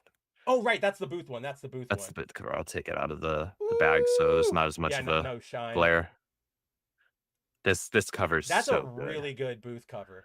Oh, yeah. I didn't notice until now the like energy swirling on the Witchblade. Yep, that's sick as hell. Of course, Brett's not going to pass up an opportunity to put like glow on one of his. Hell things, no, right? Never. It's one of the reasons why I would beat an old lady with a stick to have him draw a Blue Shift cover, which he will, and so or will shoot Ken. Interiors, and so will Ken. Both of them. Oh my god, we have Ken on record saying hit him up, so we'll harangue him from that. We have that, guys. Yeah, guys. In case you didn't know, Jeremy V. Ken Marion had a very he had a private Q&A for me and Andrew. It was a very nice event. No, we're just kidding. Paul Thayer over on his channel promoting his new releases. He had Ken on because Ken is doing some covers for him. it just at one point, like, it was only me and Andrew in the chat for about like 45 minutes, and I was like, oh yeah, it's just us. I don't know about you, but I was like, I have to be quiet, because otherwise it's gonna be weird where it's just like you and me, like, yeah, this is great, yeah, this is great, yeah, oh my god, oh my god, oh my And god. there was a point where it's like, okay, calm down on the keyboard. I'm gonna look back over here. I'm gonna be working. Right. It was as soon as I typed the material, because there's a panel in one of the Green Lantern Corps guys. We pointed it out here, but Kyle busts out a Buster Sword from Final Fantasy VII, and in the materia slots are the Green Lantern logos. And I sent a message to him about that, like, oh man, like I lost my mind. It was as soon as Paul read it, because he went, I like the Buster Sword and the materia, and I'm like, oh, I'm getting too fanboy, like I'm getting too much in the weeds here, like I'm getting out of Paul's wheelhouse. I need to be quiet. Like let's just shut the hell up. But back to the darkness. For those of you, so like Andrew said, with all these revivals, the characters are not changed per se, but they're getting additional layers. They're still the same characters we all know. They're more human, not feeling per se, but they act a little more like humans rather than comic book protagonists. They feel what it is. They feel less like just like, and you know what what I mean when I'll say this is they feel less like just kind of edgy 90s comic characters. Yeah, which is what they were. Like Sarah a little less so, but she was still just kind of edgy 90s comic book character. I love her. She's one of my all-time favorite comic characters. Don't get me wrong, but like she was just female edgy. If you guys 90s comic book character. Go back and read, she doesn't talk out loud a lot. Like, she does a lot of internal monologuing, which is really like dark and sad, and like I have to wield this myself, while on the outside she's like shredding faces. Sarah was definitely edgy, but less so than we were getting out of like Spawn or The Darkness, where they were just going whole hog on like brutality and like grit and grim and all that stuff. But kind of to your point here, like with Jackie, if we all remember Jackie in the 90s, he was basically like king asshole and all he would do is like drop asshole one-liners. That's all he was like, he was just basically kind of a prick, like just through and through. No humanity, no character. In fact, his best character work and characterization was honestly anytime he was interacting with Sarah. Yep. Because it required the writer to like bring a little bit more out of him. Well, it's because once you're up against Sarah, there's like the weird relationship between their weapons that like futzes with them. But then where they had a baby. Yeah, exactly. Yeah. But in the Firstborn arc, I've got that. It was that whole I know that like the artist is super talented, Stefan Sujic. Yep, Stefan's great, yeah. But I'm not a fan of that era of Witchblade at all. Storytelling wise, I love his art, it just got like so bad. Extraneously weird. It got so. Stefan is primarily like an erotic graphic noveler, right? Nothing out weird, a lot of lesbian stuff. So like I can see why they tagged him, and especially for that arc, but it's like and that's also why he created Danielle. Yeah. Who wound up being the lesbian character. Who ended up being the lesbian character. But like it's rough with his stuff. But then he can do like normally stuff. He did who was it in Dark Knights? He does one of the Gotham tie-ins, or the Resistance tie-ins. Oh yeah, he did. I think he did the one that involves the Titans, didn't he? No, the Titans one is Mirka Andolfo. I remember that one because remember I was like, oh shit, it's Mirka Andolfo, and actually I might be wrong. Let's see. I'm willing to be proven wrong here. I might be misremembering. Stefan Stejic. It's been a little bit since I reread that event. I need to change that. I love just the first read it. metal I don't event. remember. Frickin' for real. Yeah, he wrote Harleen. I know that. That's like his big thing. Which was actually an interesting little mini-series. Did you actually read it? I did. I didn't, not because I didn't want to. I just never got the chance to. Like I knew it was around. Interesting. So my main complaint with it is I hated the Black Label format at that time. Was that when it was still like the slightly bigger? It was the big like magazine size, but like even wider than normal magazines. format, and I it's was like, this is driving me nuts because I can't just like stick it in my short boxes. Last Days of Lex Luthor, right? That's a Black Label one. I think that one's one. Yeah, because I see that one every time at the store because I've read it off of my Pakistani guy, and it's good. And so I'm always like, oh, I could pick it up. But then it's always that weird like half magazine format. I'm okay with weird formats as long as like they're formats where I know I can get a frame without having to custom buy it. Like that's kind of where I go. Oh, did he do all of it? Oh, he did covers for all of the Resistance. And then he did the Suicide Squad issue for that. Oh, okay. So that would be comment. Let's go over there. We can find this one really quick. He did Dark Knight's Metal, Suicide Squad. Oh, with our favorite on the front. Oh no, wait. No, this isn't our favorite on the front. That's Portatio Wills. I thought this was Jim because it's Alex Sinclair doing the colors, and I was like, oh God, Jim. And I was gonna be like, what poses can we find here? But nope, this is Wilsh. But yeah, you get into the book, very clearly him. Oh yeah, I remember this issue. Oh, of course it's the Ivy issue. Yep, that makes sense. Yeah. Yep. And this is why you think it's Titans. That's why you thought it was Titans. That's why, because I was distinct when I was saying that. I was distinctly seeing that panel. This one of Corey Starfire in my head. Yeah. And then they get to the rest of them, and there's like Aqualad, Beast Boy, what's his bat's like Goliath? I think is that like Damien's mount's name, like that bat thing, Goliath. I don't know where he is nowadays, but I really like when he was around. Does he still have him? I don't remember. I remember when he got like, him in. That's true. It's like, can we be consistent with that, please? Because I love Ace. I love Ace. I love the Bat Hound, and I love the Bat Cow just because it's like Damien related, and it's like why did Damien save the Bat Cow of all things? But he loves the Bat Cow, so it's like I'm cool with Bat Cow. And then I like Goliath, but it's a sacred cow. It is the sacred cow. But yeah, I don't know why we went down this the Stedgen sidetrack, but let's go back to because we were talking about Darkness and when he was on it, or when he was on Witchblade and all that sort of fun stuff. But right, we were talking about characters because back in the day, Jackie, the reason he couldn't one-liner his way and like steamroll over Sarah is because Sarah could fight him. Like she was somebody who was his equal. So she was actually on an even playing field. So what you were saying there, it's like it required writers to do a little more with Jackie. I'm like, what you're thinking is like they actually had to think for once. Like, how would he talk to another human being because he's locked in a conversation? And it feels like in this current remake of the Image Comics, like supernatural horror universe, which is where I would put Darkness and Witchblade and Angelus and all that. It kind of feels like they're adopting that mentality for just the entire books, right? We're just making them feel more human, which is actually a good thing in this case because the Image characters have always been meant to feel more real world. Even though we're dealing with some supernatural stuff, they've always been meant to feel more real world than like your soups or super fantastical, super, fantasy stuff. I mean, even from Marvel and DC. Even think of Spawn, right? Like if you take away the insane Todd artwork and the Hellcape and everything, like it is a Marine who, fell in love with a woman, had a kid, got deployed, got betrayed. And now he's back to sort of be on the side of justice.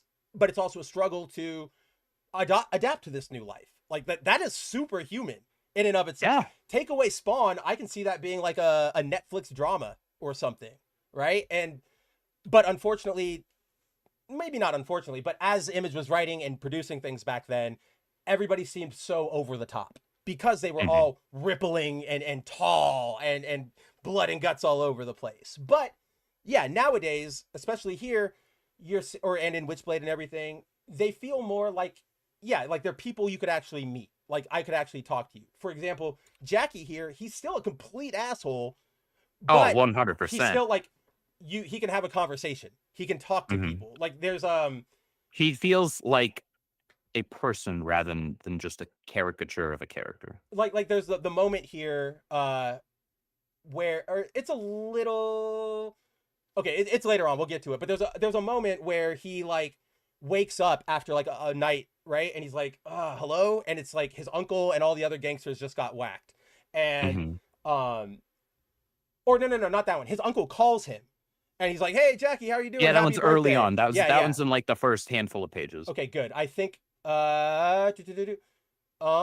It's right before that. it's right. Oh yeah, here it is. There you go. Yeah, he wakes up from like a nightmare to his uncle, and his uncle's like, "Hey, how you doing, Jackie? You sound a little rough." And he's being, like Russian mobster guy, or Mhm. just mobster guy, not Russian. He hates the Russians, as we learned. Yeah, no, they're Italian. Yeah. Oh, Italian mob. That's right. And Jackie, instead of just being like, "What do you want?" or like, "Shut up," he's like, "I'm fine. Just a bad. Don't worry about it." Right? Like he's The dialogue feels like actual conversation, right. Yes, that's the right? best way to put it. And It so feels conversational. It feels like how we would talk, like just as regular people. and that even like transfers to the assholery, right? Because I actually this bottom exchange is what made me go like I completely get what Andrew was telling me now, because we all remember in the original Darkness, Jackie was a massive man slut. Like he just slept with Yeah, he everything that was. like came his way. Which is that was part of the irony in his character because once he gets the darkness, he can't He have sex. cannot. He can only do Right? weird witchblade egg thingies that are like metaphorical. But Yeah. yeah, so but here he's still like a huge man slut, but instead of just being like we slept like a caveman, like all right, bye. He's like yeah, he gets a call from his uncle, though he's sleeping with a woman. She's like, "Who was that? Your girlfriend?"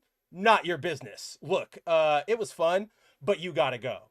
And she's like, "Are you fucking me, dude? Like, do I look like some kind of cheap hooker?" And he goes, "Well, I wouldn't say cheap considering what I just paid for dinner." "Oh, I Yeah. see how it is. Jerk off.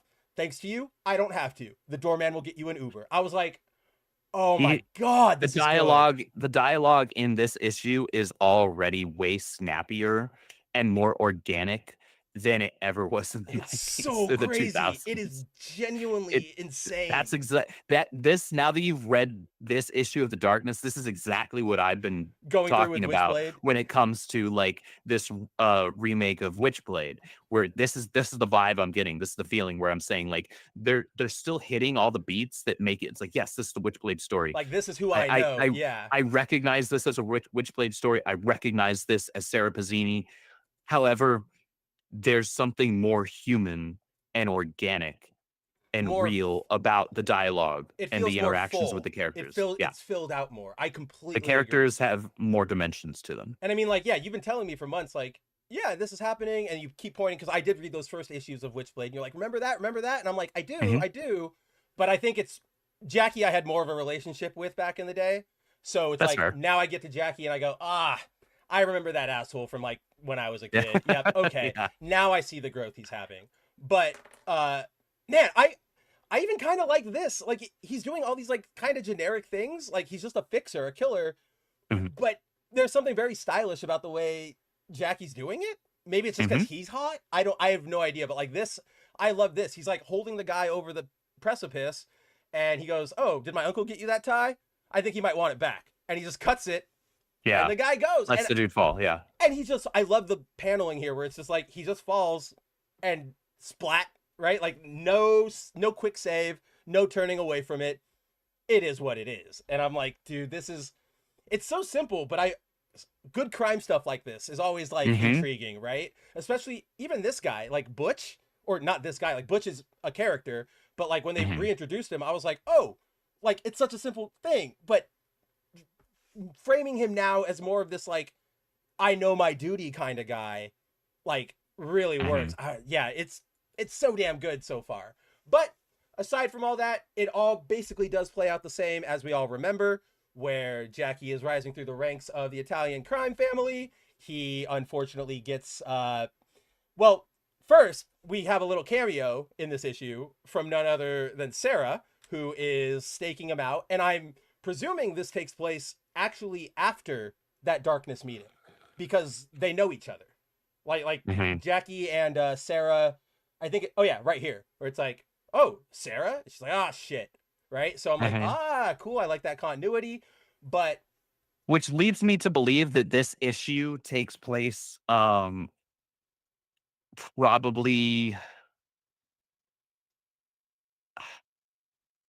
because I think unless I'm misremembering, she meets Jackie for the first time in the issue that he makes his first appearance in the remake. Yeah. No, that is their first meeting, as So far as I know.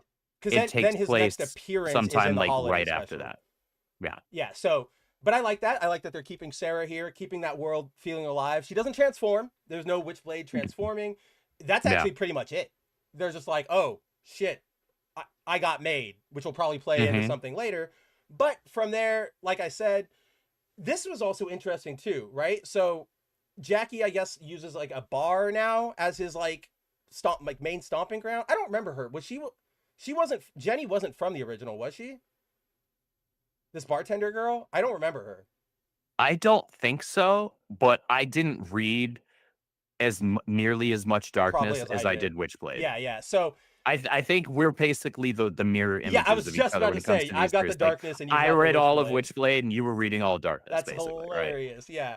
But okay, so I thought this was really interesting, Andrew, where like in that humanization thing, he has now, I guess you could say, like a supporting cast, or like one single supporting cast member, which is this girl who works at, I believe it's like one of the mob bars or something, and she's just a bartender who like, she's kind of like that no nonsense bartender, right? And I've always kind of had an affinity for like that character type, and I already kind of like care about their like romantic feelings, which is weird because I know obviously something is going to develop here, but the way Silvestri is drawing it out, literally and metaphorically, I'm like, I can see where this is going. I like it.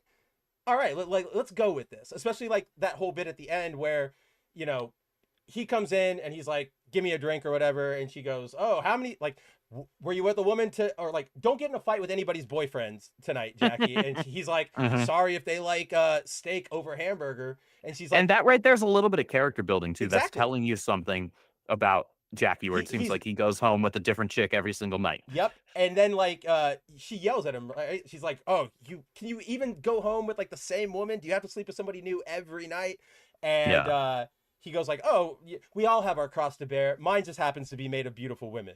And she goes like, oh my fucking God. And she walks off. Which is a very Jackie thing to say. Very Jackie thing. But then to your humanization point, he goes, crap, like way to be a total asshole, Jack. And he's like, he recognizes that even like he has some level of like compatriot in her. Well, what it is, or romantic it's inclination or something. Well, it's kind of that trope, right? Where you have the character who he actually deep down likes this one other character, but he is too afraid or insecure to actually let them in, because that would be something real and something that would be committal, and they'd have right? to And something show he would actually be, yeah. and something he would actually be afraid to lose. Where just like one night stands and things like that, you know, it's a one night stand. It doesn't matter. It doesn't care. It's completely unemotional. It's and literally so just for like it's function. easier. Yeah, it's easier for him to just focus on that. Dude, I like what you said there about it being like a fear, because there are very few things in that original run that made Jackie like worried, and it was mostly always like the angels and stuff. And so like this could be a really good angle there if they do it right. Again, another humanizing layer to add on to an already cool character. So good if they go that route.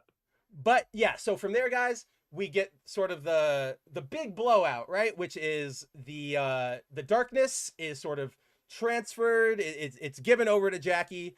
This is by the way, guys, like this fucking joke. I can't believe they did this joke. Like it's so crude, but they're looking at the darkness, and the like low-level acolyte goes like, "My lord, is it coming?" And he goes, "Yes, it's," and then we click over to Jackie having an orgasm, going like, and I'm just, it's not like a good joke, but I'm just like, the audacity. Like I was about to say, crap. It's one of those things where it's like, wow, that there isn't no, there's no rating on the front of this book. Well, look at that. Yeah, right? So it's like, whoa. I think the implication is there's like, you picked up a darkness comic book. You should know what you're in for. That's actually what I think they were getting at. Like, this is, we just had a sweet moment. No, this is the darkness. Like, let's get back to what this is. But from there, Jackie starts sort of, getting overtaken by the darkness, and that's when everybody starts, getting him in his sights. The what are they called? Like, they're not the angels. They're the what are they called? There's like a certain name for them.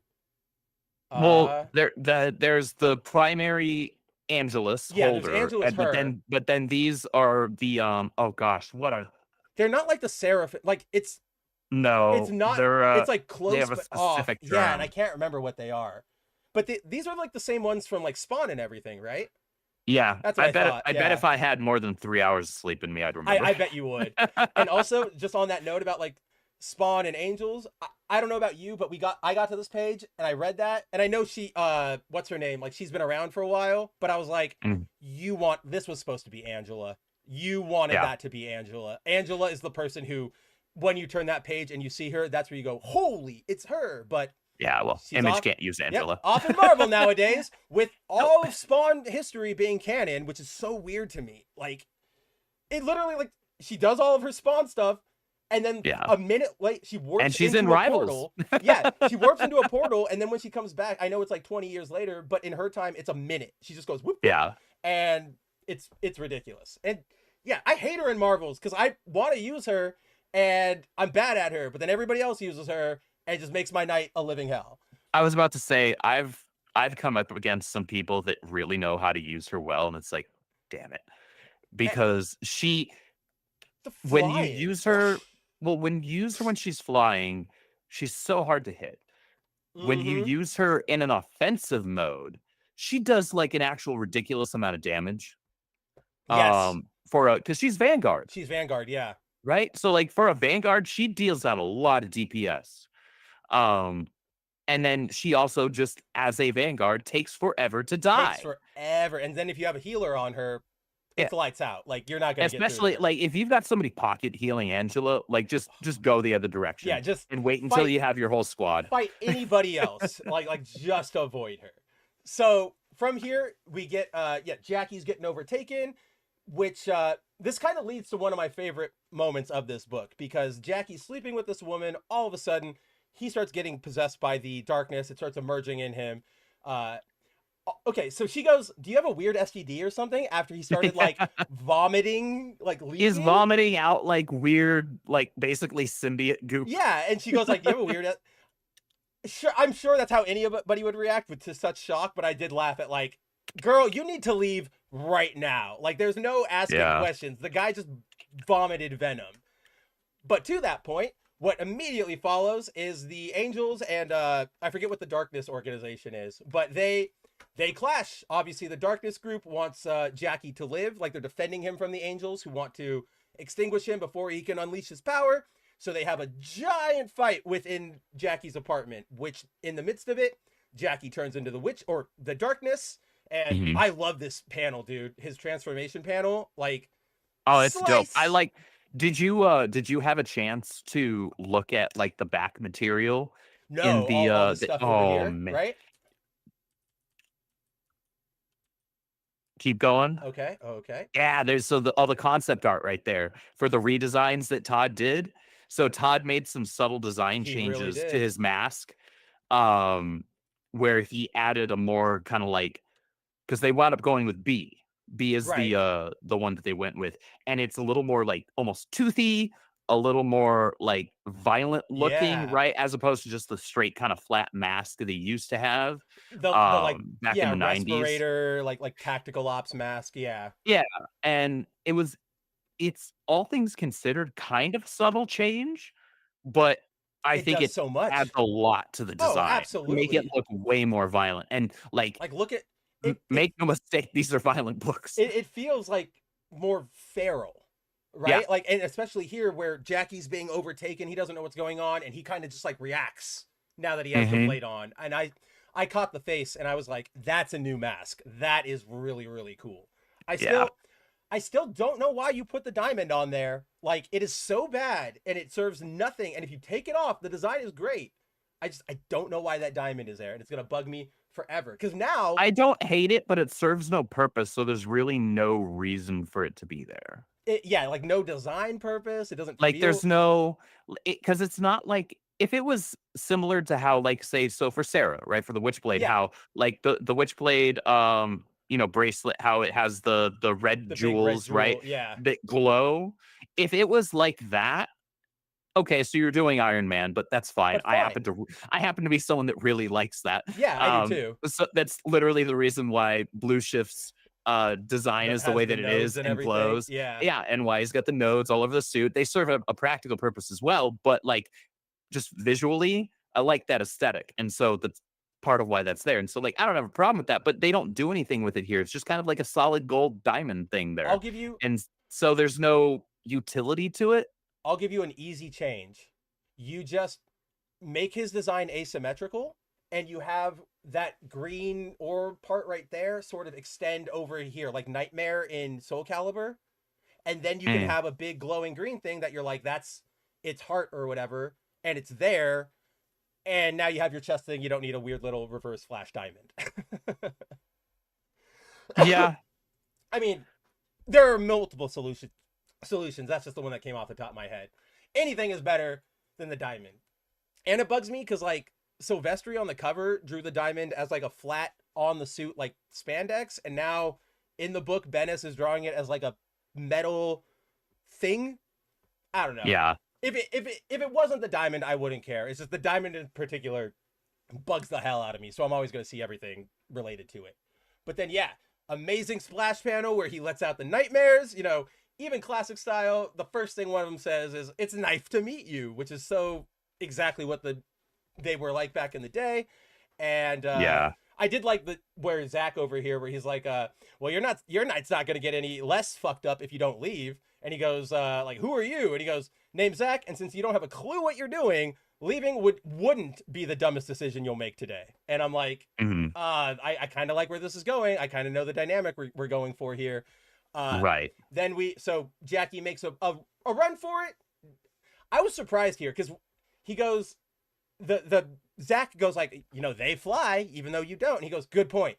He grabs him. I thought he was gonna do like a chokehold thing and like ride him down. No, he just like rips off his wings immediately and uses them as like a blunt landing thing. And I was like, all right, that's Jackie. All right, I like what we're going here. But then super simple joke, and I definitely was thinking about it the entire time. Like the woman is still there, and she just goes like, what the fuck? And yeah, like the entire time I was reading that fight, I was like, I'm pretty sure she's still there, isn't she? Like she's either going to be on the last page like dead or have no idea what the hell just happened. And I'm glad they kind of went with that one.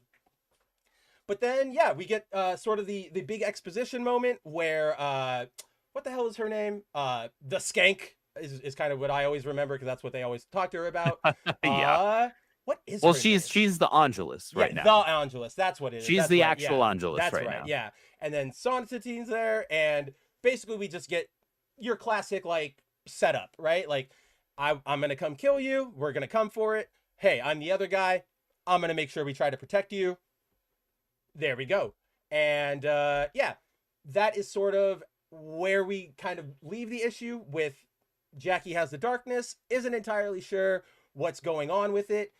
His the rest of the crime family just got whacked, so he's clearly got vengeance on the mind. And like we were saying, this is kind of a remake, almost shot for shot, of what the darkness was playing out in the original series. But, Yeah.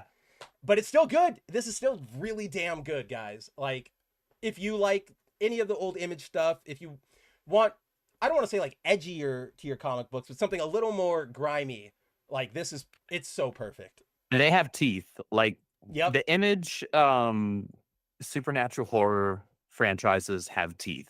Witchblade and Darkness. Witchblade, you know, I've been singing its praises. Yes, you We're have. 17 issues in now. I haven't read the most recent one, but I'll be doing that tonight probably. And I love it. I absolutely adore it. It's doing a fantastic job of remaining true to the characters, true to the story, while not feeling like it's literally every single beat for beat and line for line. Because at that point, it's like, well, if I wanted every single beat for beat and line for line and zero changes, I just go back and reread And any read one of that. like 7 different, formats that I have of that original that run, right? Yeah, exactly. Right. Like, So I could do that. That's easy. So you're for me. giving us a reason to keep checking these out. And yeah, Correct. guys, they're damn good. The covers are always damn good. Like, I still our art germ foil Sarah in her Witchblade is still a crown jewel Oh of my gosh, collection. I'm still waiting for my Your freaking CGC signed one. foil CGC one from That- Art Germ. I just got the notification this week that my Supergirl one's shipping. Oh, nice. For Supergirl #1, you know, which that book sucked, but you know, I'm glad to have my Hey, CGC you at least have because the first appearance of the Thicktonian. That's in there. So yes, a good reason to have that issue. That's better news than what I got out of. Did you get all the updates from the Jorge book? Jorge Jimenez. They've been. It's finally moving, I guess. But then yeah, they had delayed like a for a printing issue second. or Yeah, something like that. It's yeah. all up in the air right now, but it looks like we might be getting it soon. Even the emails right now are kind of wonky, but We'll probably be getting it early in the year is what it and looks you know like. what? Like, I'm fine. It's an art book. It's not like I'm pressed for anything, Yeah. right? Like, and it's Jorge. I know I'm gonna want to buy that no matter what happens with it. Mm-hmm. But that is The Darkness. By the way, this cover, man, jeez, for the next issue, like, this is so cool. This is get this in the rip. Like, this feels like Kanan. This almost feels like Kanan, and it's great. But with The Darkness, put back in the dark. Where do you want to go, Andrew? Do you want to? Let's see. What do we have left? We've obviously got the big ones. Yeah, we should. Not much happens in it, but we should quick hit Ultimate Wolverine real quick. Definitely quick hit that. So let's start. And then wrap up with Ultimate Spider-Man and Absolute Bats. Absolute Bats. Absolutely agree there. Where's Wolverine? All right. So guys, we are back with another issue of Ultimate Wolverine. You'll know this as the book that Andrew was really hot on, I was really lukewarm on, and then we got probably until like a couple issues ago. last issue, a couple issues ago, I started warming up, and then we got one of the best issues of this, and I would say of the entire Ultimate run right now. Mm-hmm. Like that last issue where Logan failed to stop the bomb, absolutely insane, and it wiped out everyone. At least that we know of. They all look like they were pretty dead. No more of those. What do you call it? Like the Resistance. They are gone. They are dead-zo. Like all of them in one shot. So, before we get into this, do you remember how many this is supposed to be? I know is it 16? I know it's weird. Hold on. I have it up on my League of Comic Geeks account somewhere here. Let's see. Which I've been trying to be more active on that. Let's see, where's the series? Yep, it's right here. I need to get the I think I'll end up getting the trades for all the trades for Ultimate Spider-Man and Ultimate Wolverine. I'm iffy on whether or not I want to do it for Ultimates, just because Ultimates has had some like really boring. I'm really kind of reserving that final call on my end, like until the end. Because no, I'm with you there. Yeah. Just because as it stands, I'm with you. It is, if it ended right now, it would be one of the iffiest what the hell were we doing here series where you had really good things and then just never did anything with them. Ultimate Wolverine, it's looking like goes up to issue 14. Okay. And the second volume of the trade. And so issue 14 of Ultimate Wolverine is February. So just like the final issue of Ultimate Spider-Man. And then the second volume of the trade is at the end of March. I still need to get the first trade. I see. This is where the timing gets me thrown off because, okay, the last issue of Spider-Man and Wolverine are now February. By the calendar, that's the third issue of Endgame, which is a 5-issue miniseries. Which leads me to believe that everything is culminating in the Endgame event, and then that's it. That's the end of it. There's no like final issue that wraps up individual characters' I don't see books. I think everything's getting wrapped in Endgame, which kind of worries me. It worries me just in the sense of like, how do we properly close out everybody's story? Yeah, that's a lot to parse down. I mean, we've got Wolverine here with, getting revenge on the Rasputins, and then we've got Black Panther. And he kind of got revenge on one of them too. Which is brutal. Then over with Black Panther, like he's in the middle of that vibranium thing. Pete's dealing with the Kingpin and all of that stuff. And then the one that makes me still super worried is X-Men. right? Because like that one is kind of all of them the most Because independent. I was about to say that one's kind of been its own thing for the Yeah, most part. for the most part, we've gotten those references here and there in like Ultimates and stuff. Like, oh, Hino Yeah, Kuni yeah. got like a mysterious mutant showed up, but nobody's touched any of that, right? So I trust Peach to have been like, she was one of the architects, so I'm sure her and Hickman and Hill and everybody like gave it consideration when they were writing. I just worry about Marvel editorial, especially because this wasn't supposed to end. Like they weren't.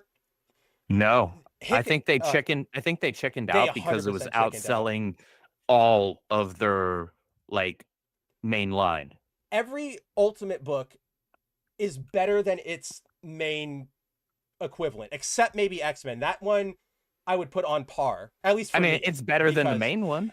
That is true. That is true. That is true. Yeah. It's Okay. better Yeah. than It's Mid better than K's. Mid-K X-Men. You're completely right. So like, Uncanny is not the main X-Men that book, is but it true. should be. Forget that. I forget that. You're right. You're right. You're right. So yeah, they're all doing better. Even though we have our issues with Ultimates, it's been better than anything we've seen out of that Avengers book that I've shared you pages over the years, like, or over the year of Mid-K's run, and it's like saying it. This isn't fun, but yeah. So that's what makes me worried, is that because they put such a hard stop, that changes the storytelling that they were all setting up, and now you've got to like scramble to close things off and resolve things, and question marks as to how well they'll handle that, right? Like, really, really scared there. But until then, we have Ultimate Wolverine, which is continuing the trend of this book, at least right now.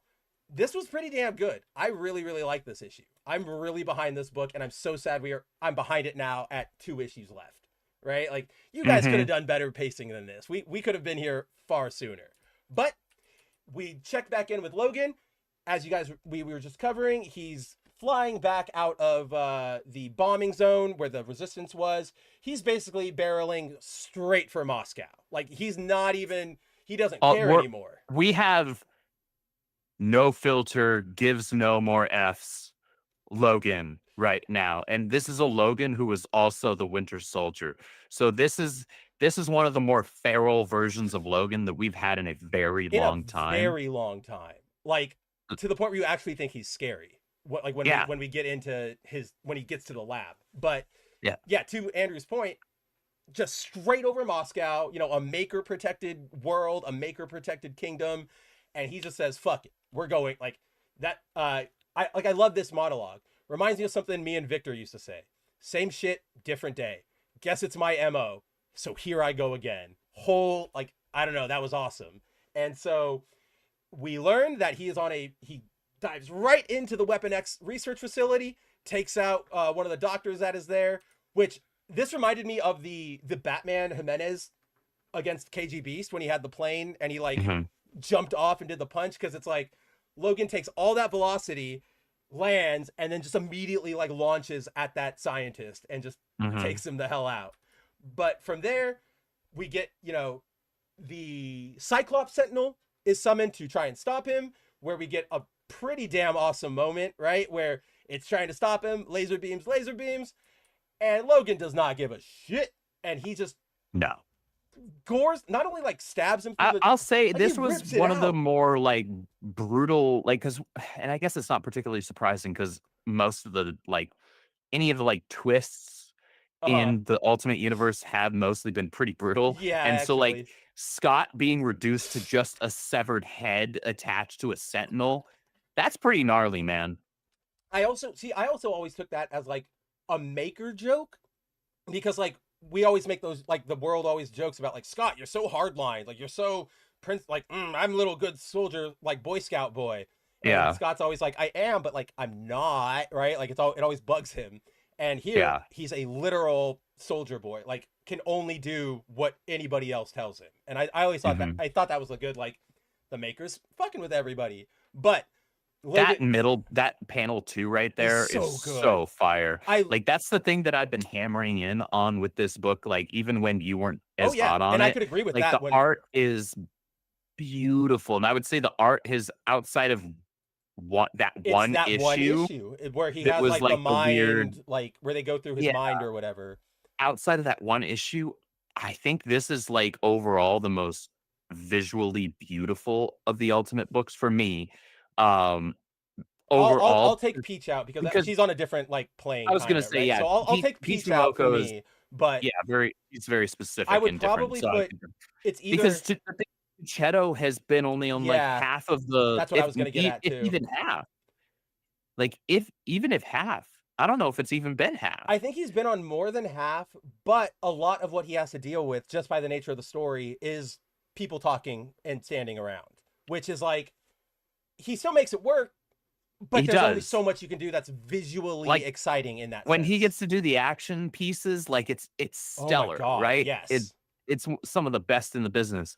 But I think in terms of consistency for a book, Yep. so not necessarily just comparing artists, But like your ability to just deliver, yeah. comparing just overall the books, I think Ultimate Wolverine visually has been my favorite in the Ultimate I can Universe. actually agree with that. I found no issue with the art. The art has always been amazing in this book, save of course that one issue, which it wasn't bad. It was just like it's very stylistic and it was in the middle It was of it. deliberately stylistic, and I know what they were going Yeah. for, It was but just it didn't land with me. I it didn't I like don't it. think I it would have rather no. than had just like stuck with the same artist and who I always forget his name, Yeah, I but do too. change the text boxes to make them a little more stylized so that it's giving off a vibe of we're in a different Of time like, and we're yeah, going we're in through a a dream woolly or whatever, woolly. right? Yeah. Like just do that and then it would just be perfect. It's that and also like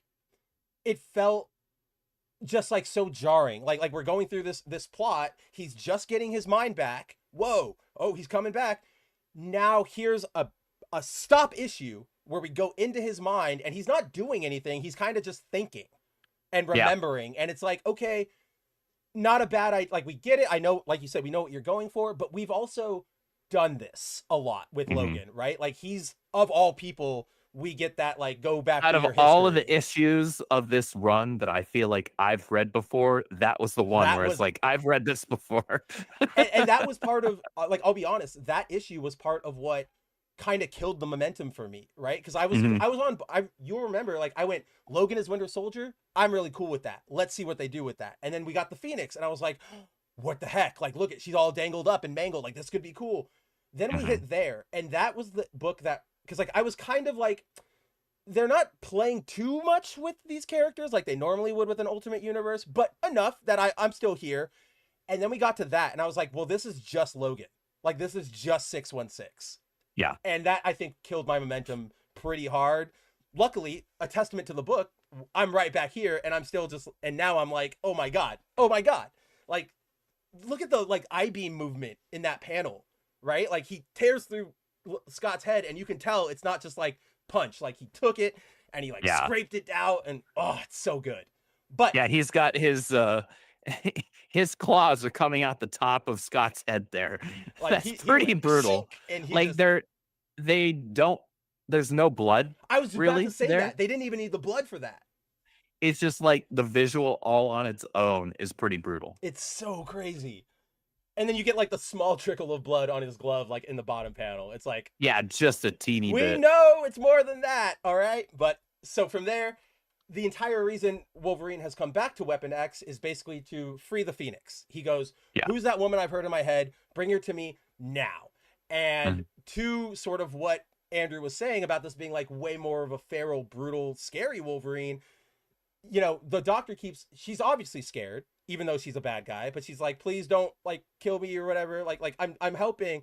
Logan, our Logan would be, we'd know he's putting on like a tough front, but he'd also have Mhm. that sort of like, if they are a good person, maybe there's a Logan, chance of it. our 616 Logan still actually he likes to put on the I'm a dick and I'm Yeah. a hard ass, you know, front But and then mask and he's everything. got like But 7 he adopted actually daughters. All right. You can't put Yeah. up that front.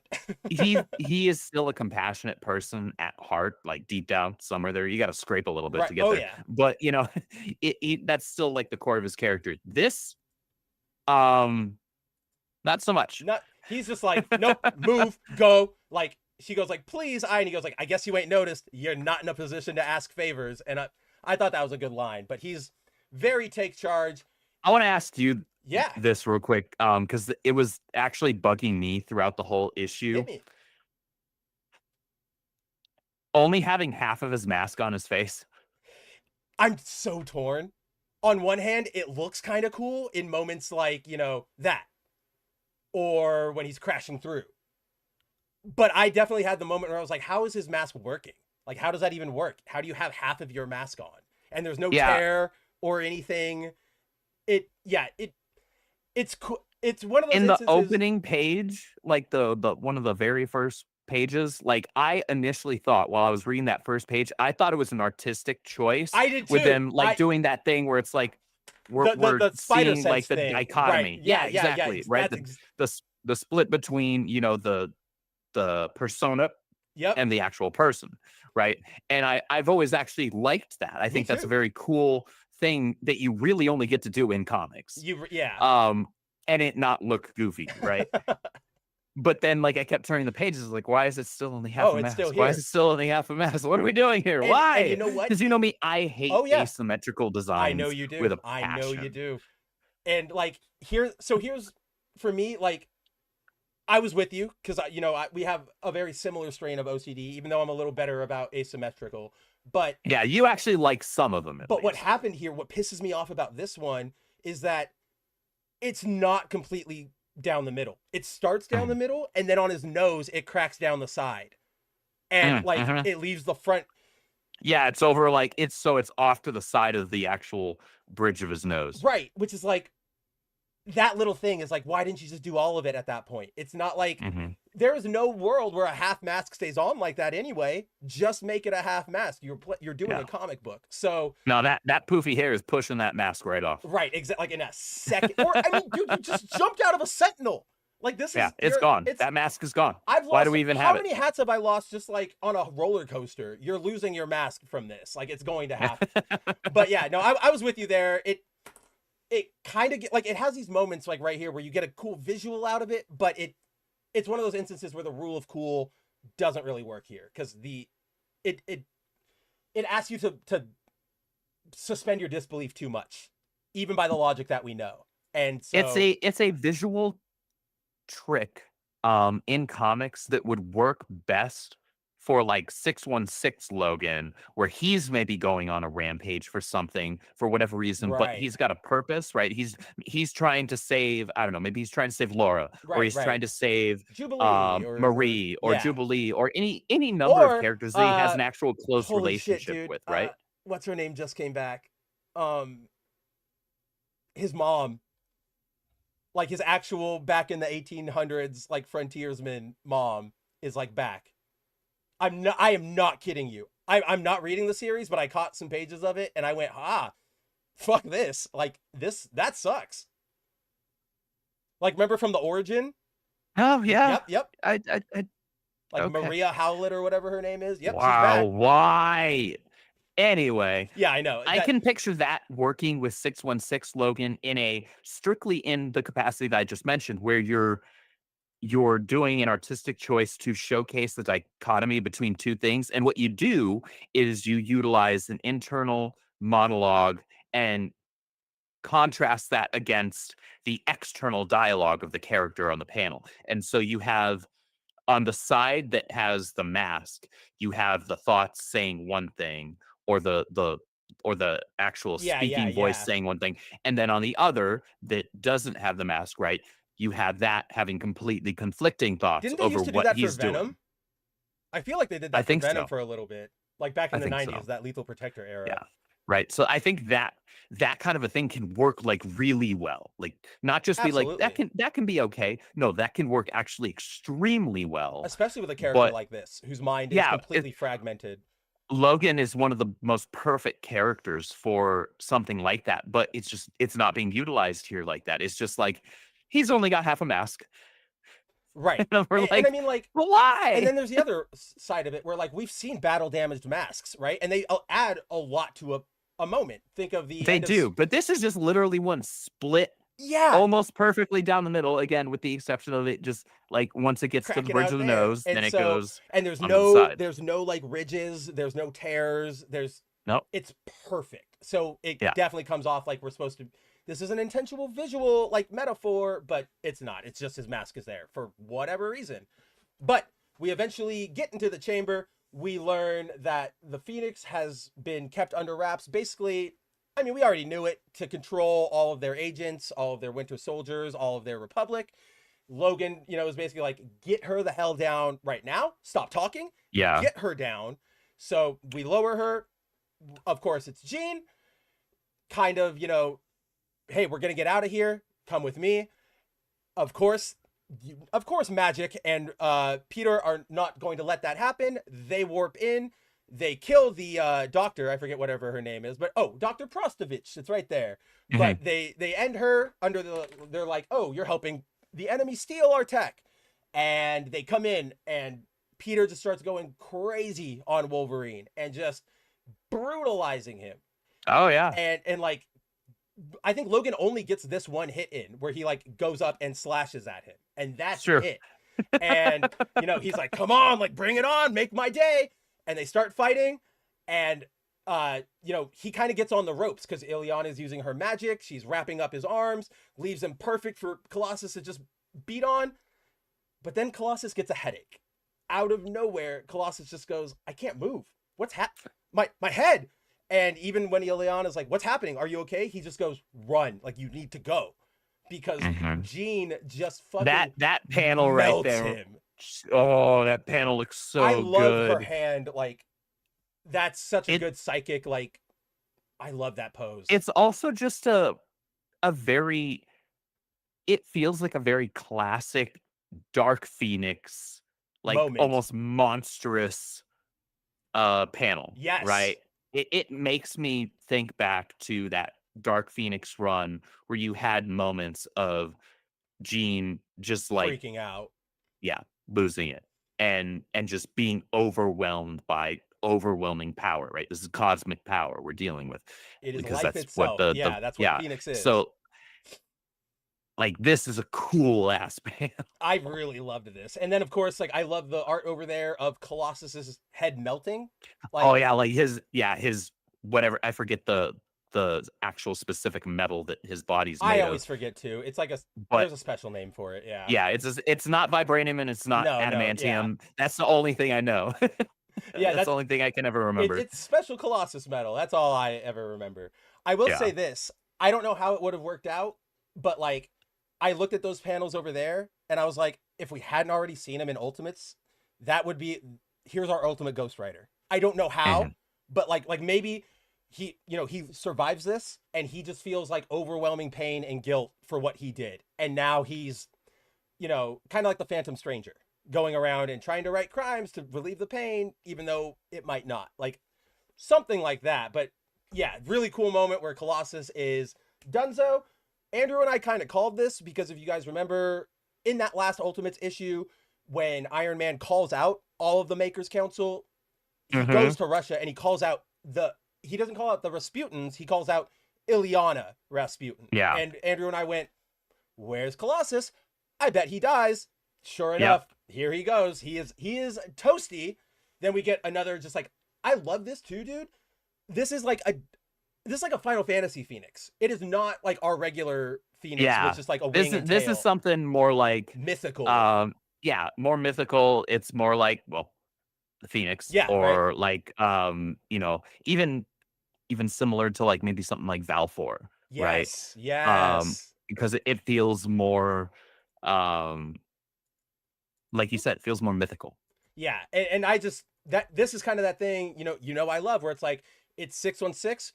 But slightly altered, right? Slightly different and a little more monstrous. And I went, there we go, Jean, go, go, go.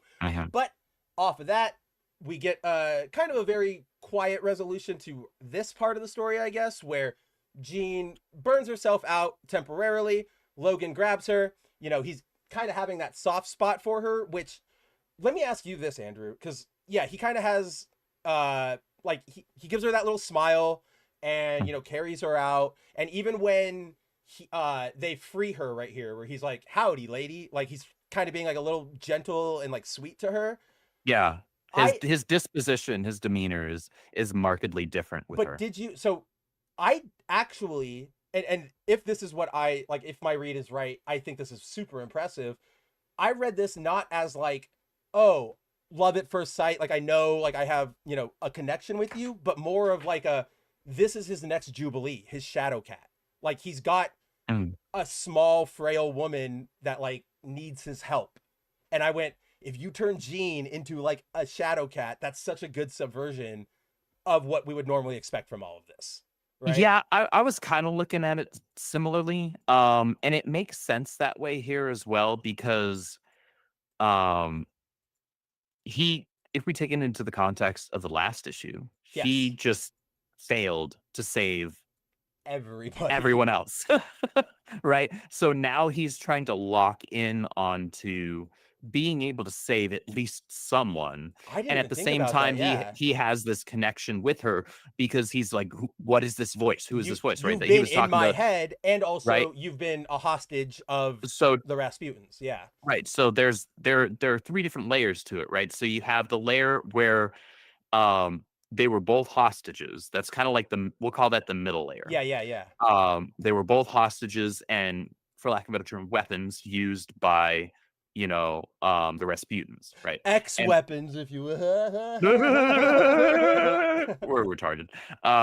But then you have the other two layers, one of which being he has this um desire that stems from his prior failure, I right? To like that. fail Yeah. to save the other mutants, the other members of the resistance. So now he sees her as like, maybe This this is is my chance at redemption, right? kind And of then like the their other, hope. Yeah. yeah. And then the other layer being she was kind of in some way saving him because she was a voice in his head trying to pull and tug at him, And she's the right? one who like broke, well, she was doing the programming, but she was the reason, like she was putting in little like needles of hints, right? Like Mhm. wake up or whatever. It would be like a little thing. He'd go, what was that? But Yeah. mission, keep on going. But you hear it, you hear it, you hear it. You start giving it, weight, and boom, you are free, and you are watching all of your friends die in a nuclear explosion. It's a multi-layered genuine psychology in the writing. Like Yes. Yeah. Yeah. that's good writing right there. This is really good writing. And I genuinely didn't even think about that angle that you brought up about like he's trying to make up for that last failure. Like that elevates all of this so much, just remembering that little bit.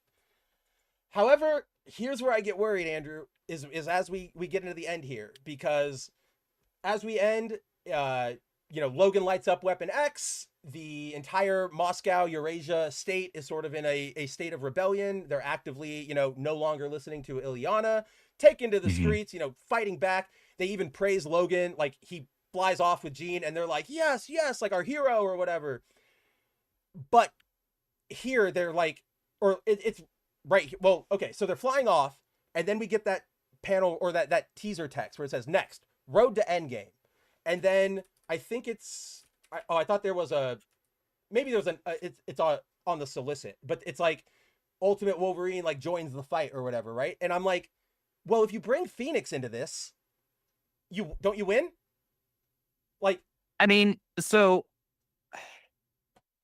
under most circumstances, yes. yeah. Right. But we're dealing with the maker. Yes, I will give all credit to my boy. And let's make that clear. It's not so much the maker, but it's like the council, right? Like, right. Yeah. No, with the council, this should be okay. So I think what we at least both started doing initially here was we were thinking Phoenix in context of 616 Phoenix. True. And Jean having some measure of control over her powers. She's been doing this for a long time. She knows what she's doing for the most part. This one has been locked up, strung up, and strung out for a long time. She probably doesn't have much in the way of control over her abilities, or which adds in a familiarity. wild card here because she could actually become a problem.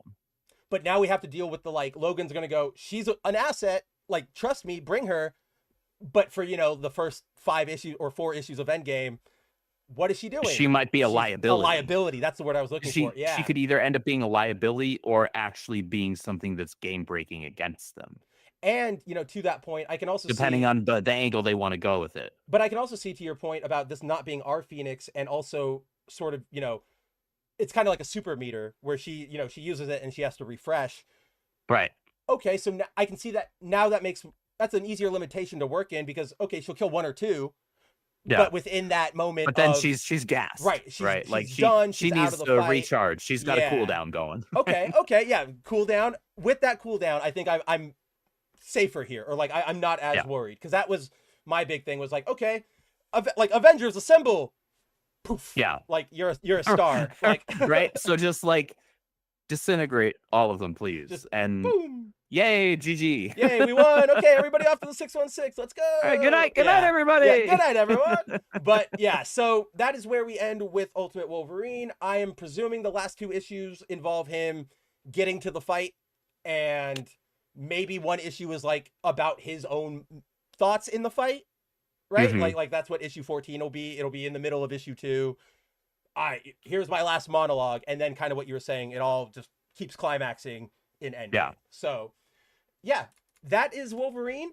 But we also got, pretty much everything we just said here about Wolverine rang true for our issue of Ultimate Spider-Man this week. From the art to the moments to just the... We had 2 different artists, didn't we? We did have 2 different artists. Well, we had Messina, who is the one who has been filling in for like the Gwen Dinner issues and the MJ issues. Yeah.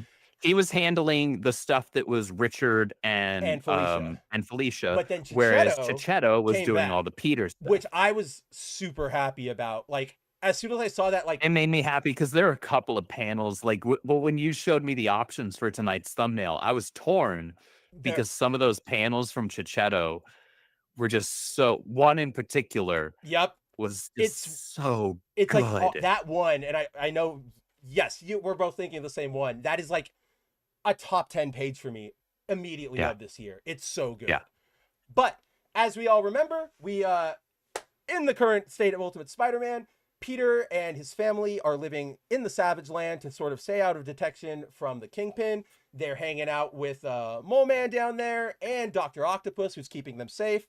Ben and Jonah are just about to run a giant expose on, well, not an expose. They're doing this thing where they realized you can't just, like, people don't care if you just say everything. You have to show them, like, the 1 or 2 things that get them really angry and, like, guide them to that.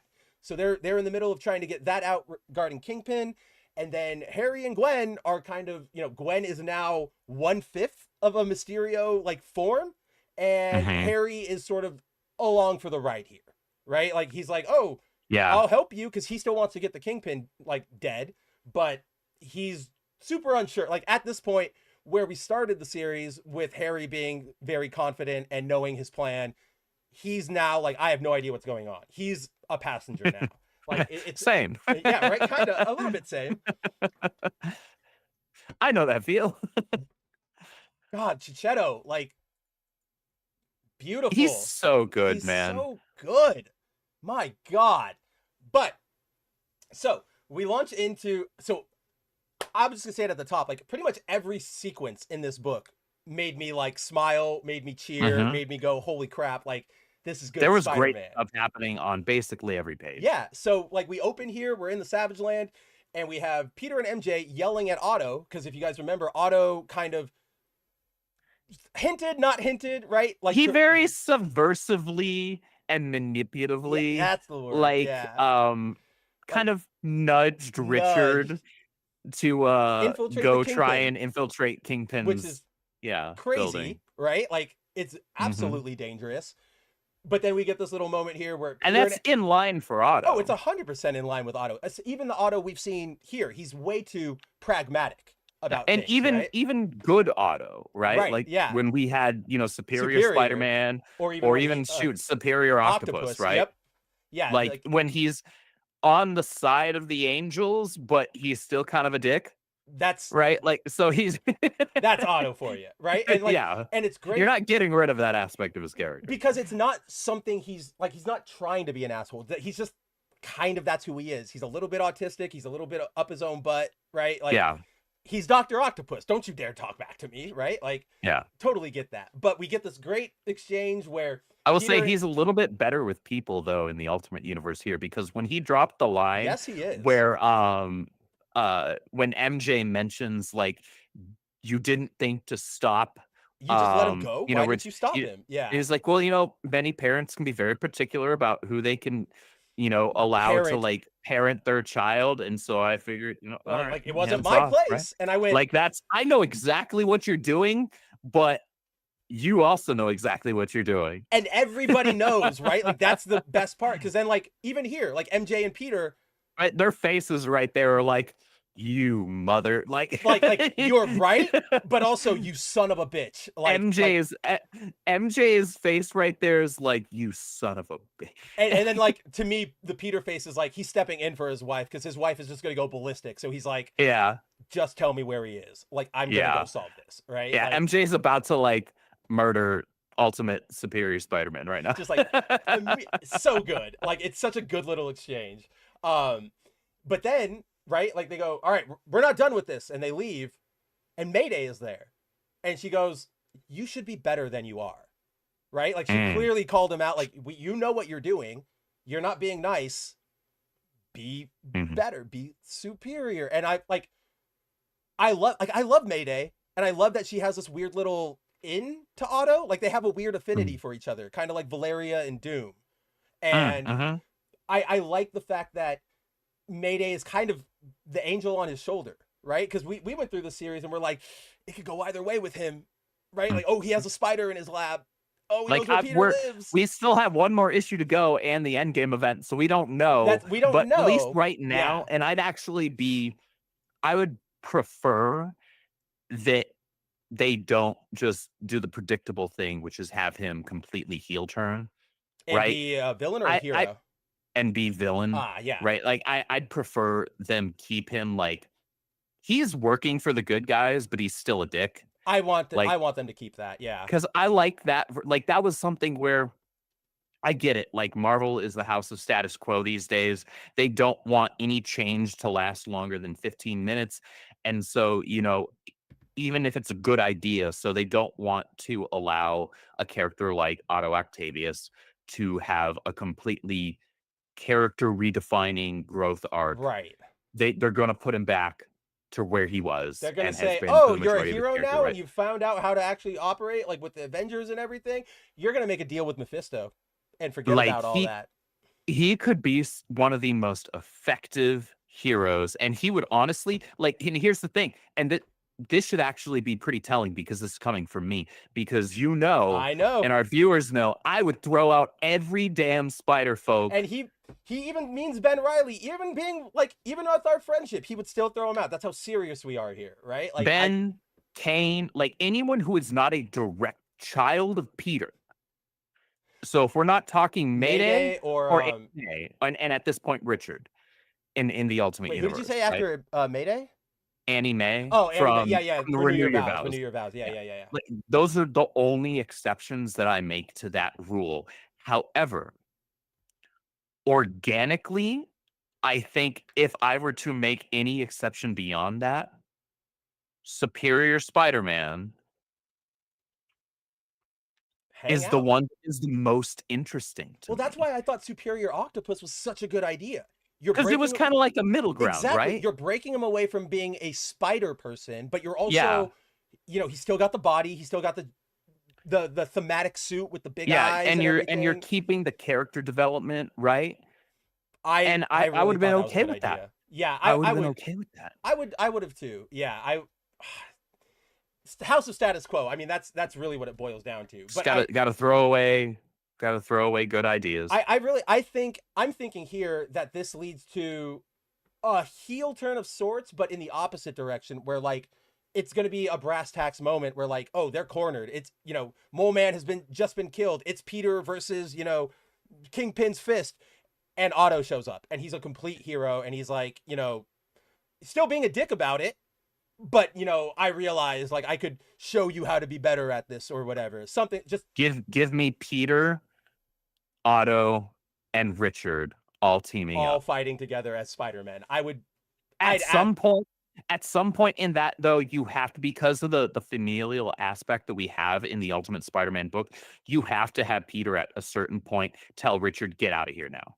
Like you've helped out And I enough. would Thank love you. that if Now he you have to piss and I off." love that if he only tells Richard, where he's like, Yeah. Otto and I, like, this is for us, and he gives Yes. that like inherent respect to Otto. Yeah. Like yeah, you're a dick, but you're my teammate. Like, we're gonna do this. Yeah. Like, we have You're to not my stop the anger. child. Right. Yeah. You, Exactly. Richard, are my child. I need you to leave. Go look after your mother and your sister. I can imagine in that scenario, this might be cool, where like, Peter goes, Richard, like, get out of here, like, go. And, but Dad, I've helped you before, like Sandman, right? And then Otto goes, Richard, get out.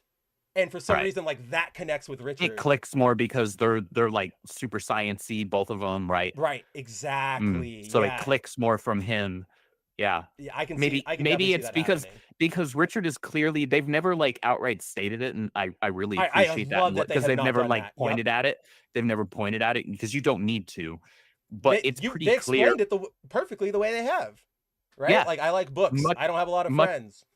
Much in the way that and also I want to say there was one moment maybe where it hints that he also doesn't particularly like being touched or something like that. I might be misremembering. No, it's Um at like his birthday party. I think like Harry comes and Okay. he's like, hey champ, and Richard kind of is like, like Yeah, they don't make a that- scene of it. He just is like, Yeah.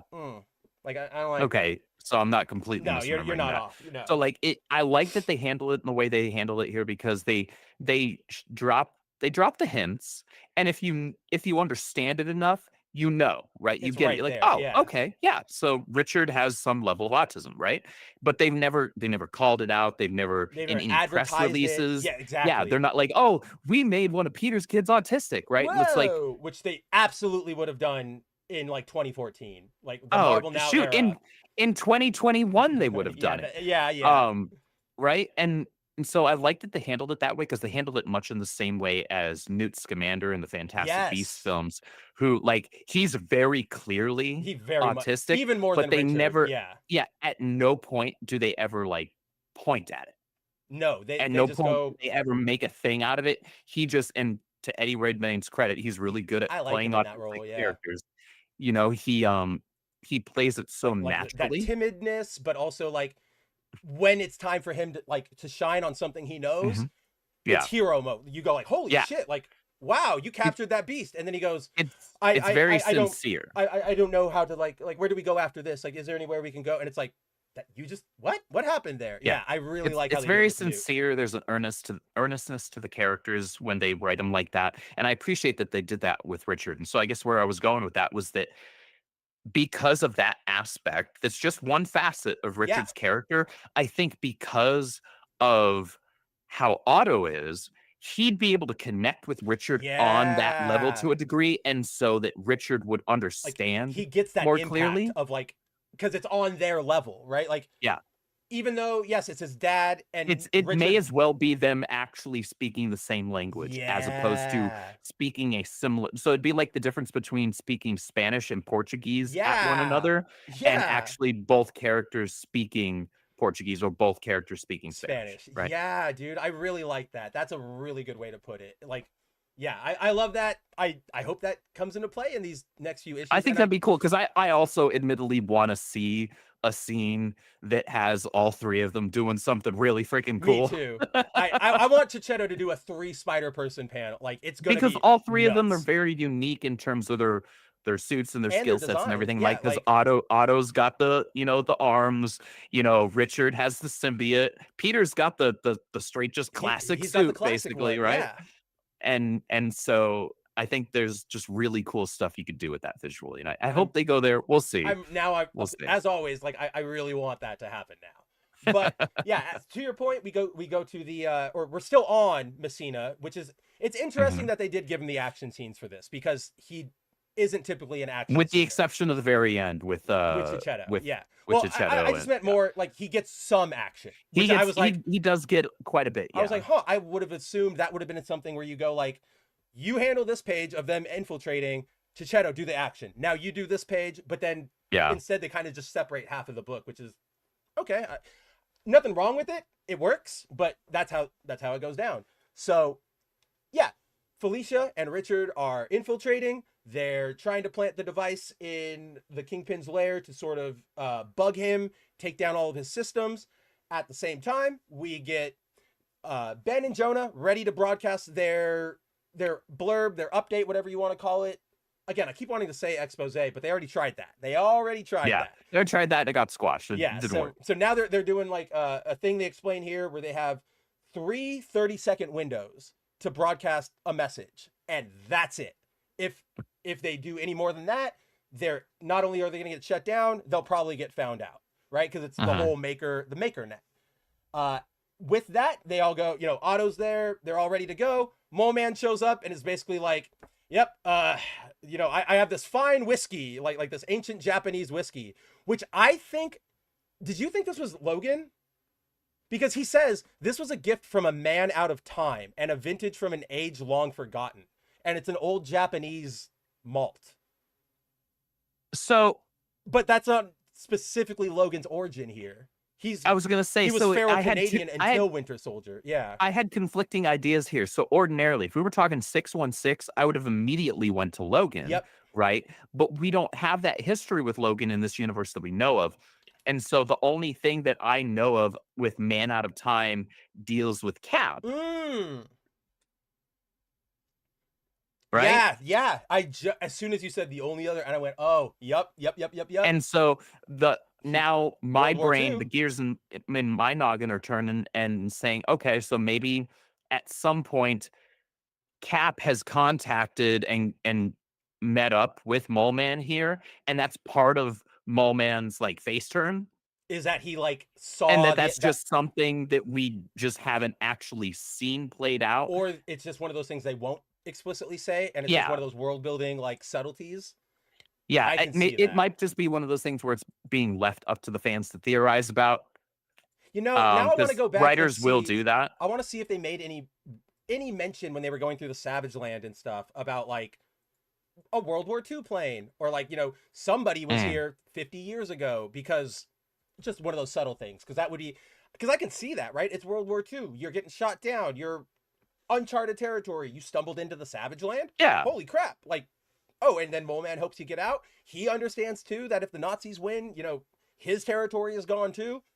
Help Cap. And Cap, you tunneled me out to, the forces in Japan. Before you go, here's, a bottle, right? Like, this is something I've been enjoying while I've been stationed here. I don't know. And then, yeah, okay, that works. But it was just the specific mention of, like, I got this from a man out of time. I was like, that's not what you normally say. You don't say right, because there are only a couple of characters that you attribute that phrase to, right? In the Marvel Logan, universe. Cap. Those are the main ones that you do, at least like in the broader cultural zeitgeist. Yeah. Because everybody else is like within the sliding time scale of like the last 20 years. Yeah. So yeah, that's a good theory. And now I want to see if they actually connect that, or we're just that good.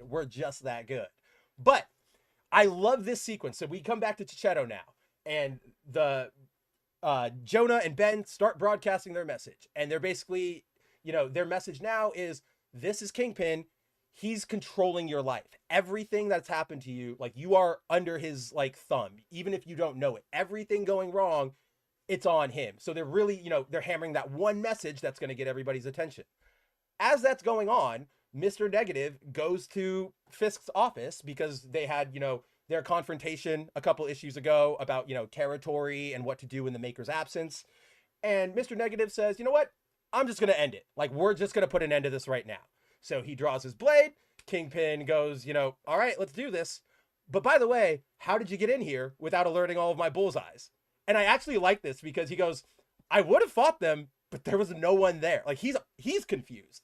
Mr. Negative goes like, what?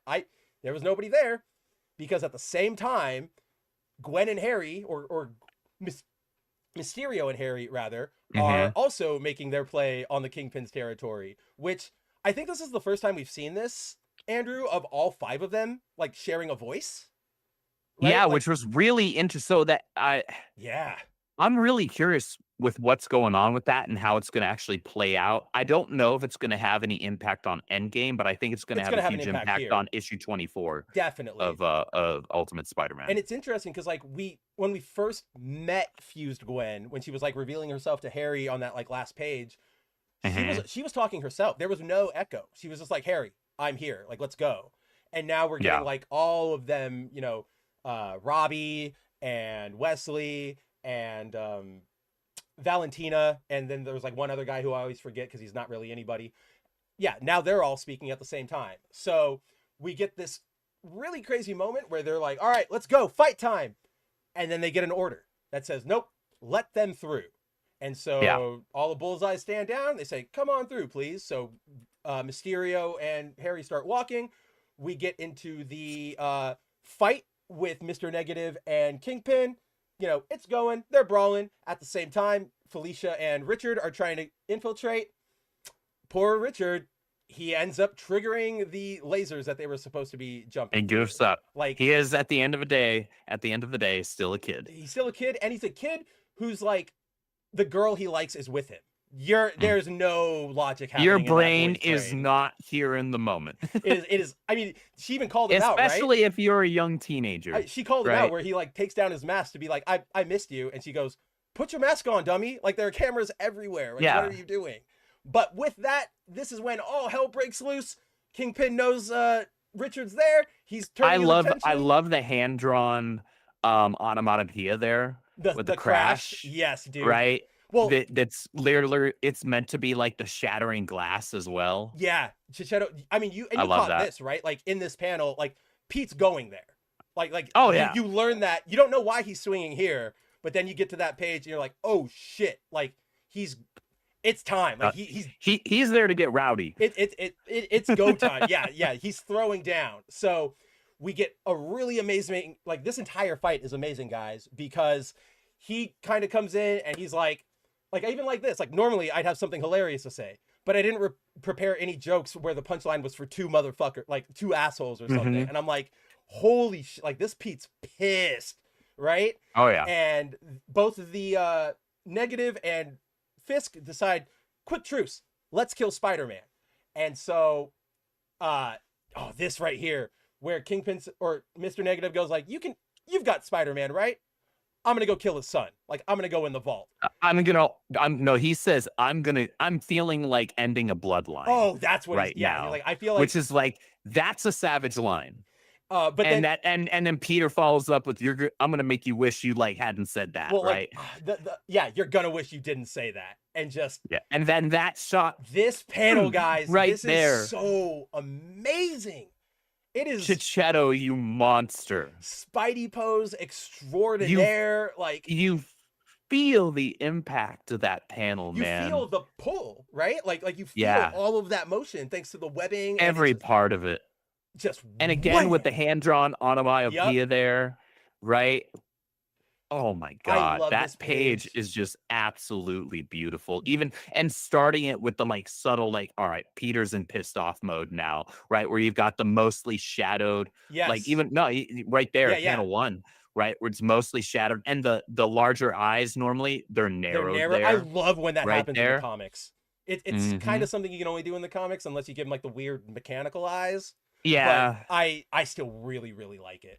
But even to sell that, the reason I went back is because like that right there, where they're like, oh, we're gonna go get him too. Right before he says I'm gonna go kill the bloodline, Pete's like, don't worry about him, worry about me.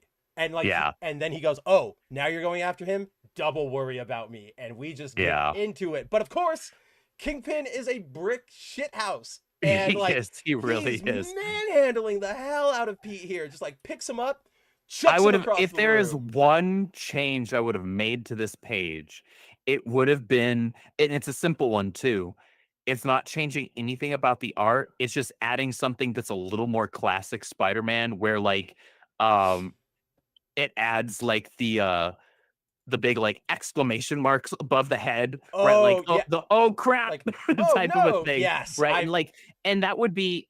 Ordinarily, that would be out of tone with the Ultimate Universe, but I think having it just in this one moment, because it's just like he's lacking Mr. Negative, and then all of a sudden he can just get lifted up and manhandled. I think that would be the one appropriate moment where it would make sense and add just like it wouldn't take away the severity of the moment, No. but it would add a little, just a Well, slight I think injection of classic Spider-Man. I think what you could do into it. there is do like that sunburst, like make the background like one color and like it's really bright behind him, and then like it's more darker colored or whatever in the rest of the panel. Sell it like that, right? Where like the energy of the room is also changing. Like I think either way, you just do it subtle like Jimenez does, like he does in Batman, right? Where it's just he doesn't it's in there and it's like line art, but they're not like making a graphic for it or anything or highlighting it. It's just it's in there. But yeah, as that is happening, we are seeing Pete or Richard and Felicia dodging all of the security equipment, which Richard finds out is made of like its system is made up of the same thing his suit is, which Andrew, I think we just got our anti-venom. Like, I was literally about to say, anti-venom. because it's specifically white and he's having issues with it. I'm like, oh shoot, that's anti-venom. White issues, and it's made from the same thing as my suit. I've got like that is 100% anti-venom. I'm about it. Like that's a good use of like that changing of what we would have expected from anti-venom, right? But in the meantime, Pete is just he's thwacking at it. I also like this where Fisk is like, I beat the hell out of you last time. You really think you have a chance here? And he goes, I didn't know what I was doing last time. Now I do. And I'm like, oh, and he just like starts walloping him. But then Mr. Negative comes in and starts using his, manipulation powers and basically tells Pete, like, don't fight. So with that, Pete doesn't defend himself anymore. He just starts getting cracked and cracked. In that desperation, he calls up Harry. And we find that Harry is meeting with Captain Britain and Maker Council stuff. He gets the call from Pete, and then he has this weird like his AI, his Norman Osborn AI in his suit kind of gets at him and goes like, look at you, nobody loves you, but then they all want you at once when they can get something from you. Like, are you always going to be pushed around, or are you going to make like a decision for yourself? And like this to me is like, this is the break moment, right? Like he goes, I'm sorry, Pete, and he leaves. Like he's not going to him. And like, this is going to be, I don't even know if it's going to be Pete who cares that much about it, but I feel like this is going to be a mental thing that Harry can't handle. Like, I left him, holy shit, Gwen's going to be evil. Like, we don't know in this issue. That's kind of what I'm predicting. It's like, oh, this is really bad. I left Pete. I'm a bad person no matter what I do, right? Like, that's kind of what I feel like. And then you add in the manipulative AI, Norman Osborn AI that pushes him further down that path.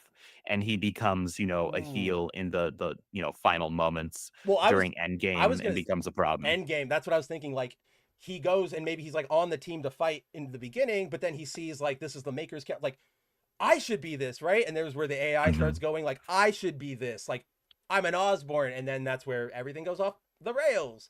But we get one subtle moment, or not subtle, but at one moment, Pete's able to reach out and block a punch from Kingpin. But Mr. Negative hits him back, says, no fighting.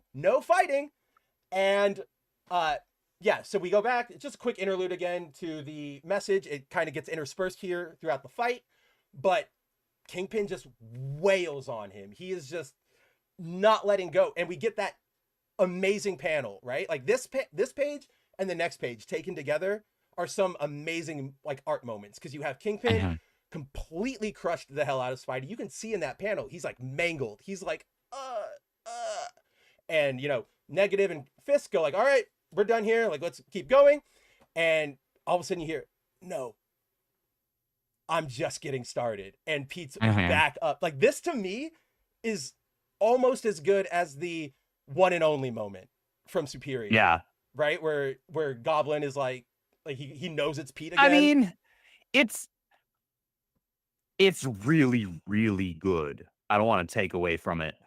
There's something really special and impactful about that. Well, no, that one is on its own separate level. That's why I said like it's giving that kind of energy. That's what I mean. Though. Yeah, exactly. Yeah, it's giving that kind of energy for sure. That's my Spidey. Holy shit, Pete's here. Like, let's go. Like, at least for the next issue, I know that Marvel's not going to shit all over him. We're going to have a time where he gets to shine. Like that's where I'm going with that one. And it also maybe it impacts me a little more because after this issue, I'm really worried he's dying. I'm like very, very concerned that Pete's gonna die before because the that series variant ends. cover that we saw. Yep, with all the photos, like family photos of And I'm Uncle Ben hoping, and I'm May. really hoping that that's a subversion tactic right there. That's a psych out, right? I To would make hope some so. people think Yeah, that, it makes me think because it. don't put us through all this just to do that. Like, Right, and right. there's like evidence worthy of note that can make you look down that path, right? Because Right. like, all right, so we're clearly already establishing Richard as he's got like a symbiote suit. He's already now like a Spider-Man, and we've He's also got solo Otto, Spider-Maning, yeah. who is a superior Spider-Man, right? So it's like you're already adding in additional ones right now. Are we trying to set up like who's going to be his successor? I'd really like, I'd really, really, really like a happy ending for this. Because I'll be honest, it I would want feel that like too. it would feel like a disrespect to me personally, because we've been asking for the Peter with being married to MJ and having the family and all that for so long. They're like, oh yeah, we'll give you that. And now at the end though, oh, but he's gonna die. Yes. So we're not actually giving you that. But see, I would argue against that because if they played it right and it wasn't just like, oh, we killed him off, but if it's like a moment, right? Like he has his final stand moment or whatever, and he inspires I don't know. But like, we did get that, right? Like we have gotten that through the run. If Peter at least died, like if he dies and he's still loved by everybody, right? Like he's not fighting with MJ or his kids don't hate him. That to me is still like, this is where the story ends. It was all good. We did get that.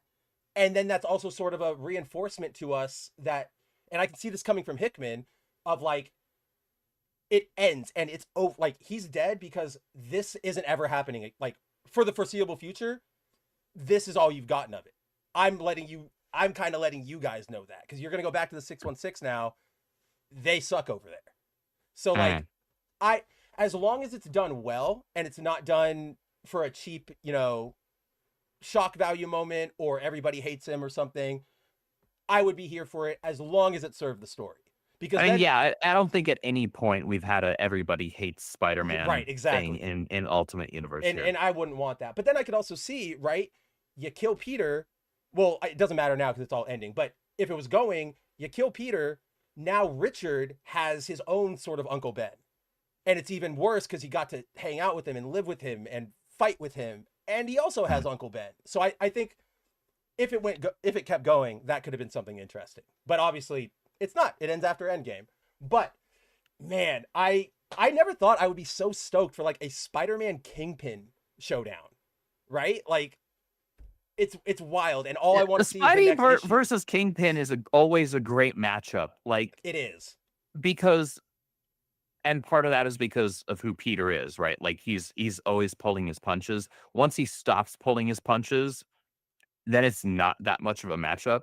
Like as we've seen, like in comics before, where he straight up threatened to fill his lungs with webbing. Except right? here, yes, that's one of my like favorite moments, and then he rips off his face. Some of my favorite moments in comics. Period. Like, that alone is like, let Civil War happen and kill Aunt May. If that moment gets canon, like that moment is worth all of it. Like that was so. I'll take Aunt May dying in order to be able to have that, and then Peter still remain with MJ, and let's move along with our lives here. Move on, right? The thing here too, though, is like, I don't even know if Peter, like, if he let loose, if he'd win, right? Because remember, this Kingpin's like enhanced. He's got like the metal stuff or like the electronic, like inner skeleton thing that he has the tattoos for from the maker. So like, even then, I think Spidey's not gonna have a good time here. But now that you mentioned that, like now I remember in Ultimate Spider-Man, his first big fight is Kingpin. Yeah. Even though it's more of him like making fun of him and then tricking him. Ultimate Spider-Man, you say? Look at that bad boy. Look at that bad boy. Look at that murder weapon. Yeah, this sucker's huge, man. This sucker is absolutely huge. But it's entirely worth it. Entirely worth it. really is. You can get some good research for Blue Shift in there too. Duh. I like it a lot more now as an adult than I did when it was coming out. I've actually noticed that. Yeah. Mainly because when it was coming out initially, I was mainly focused on the 616 universe, Yeah. right? Where Oh, it's yeah, like, as well, we all I were. don't like, and I respected what it was trying to do. It was trying to be an entry point, an origin for new readers, right? That's what a lot of the Ultimate books were supposed to be. Right.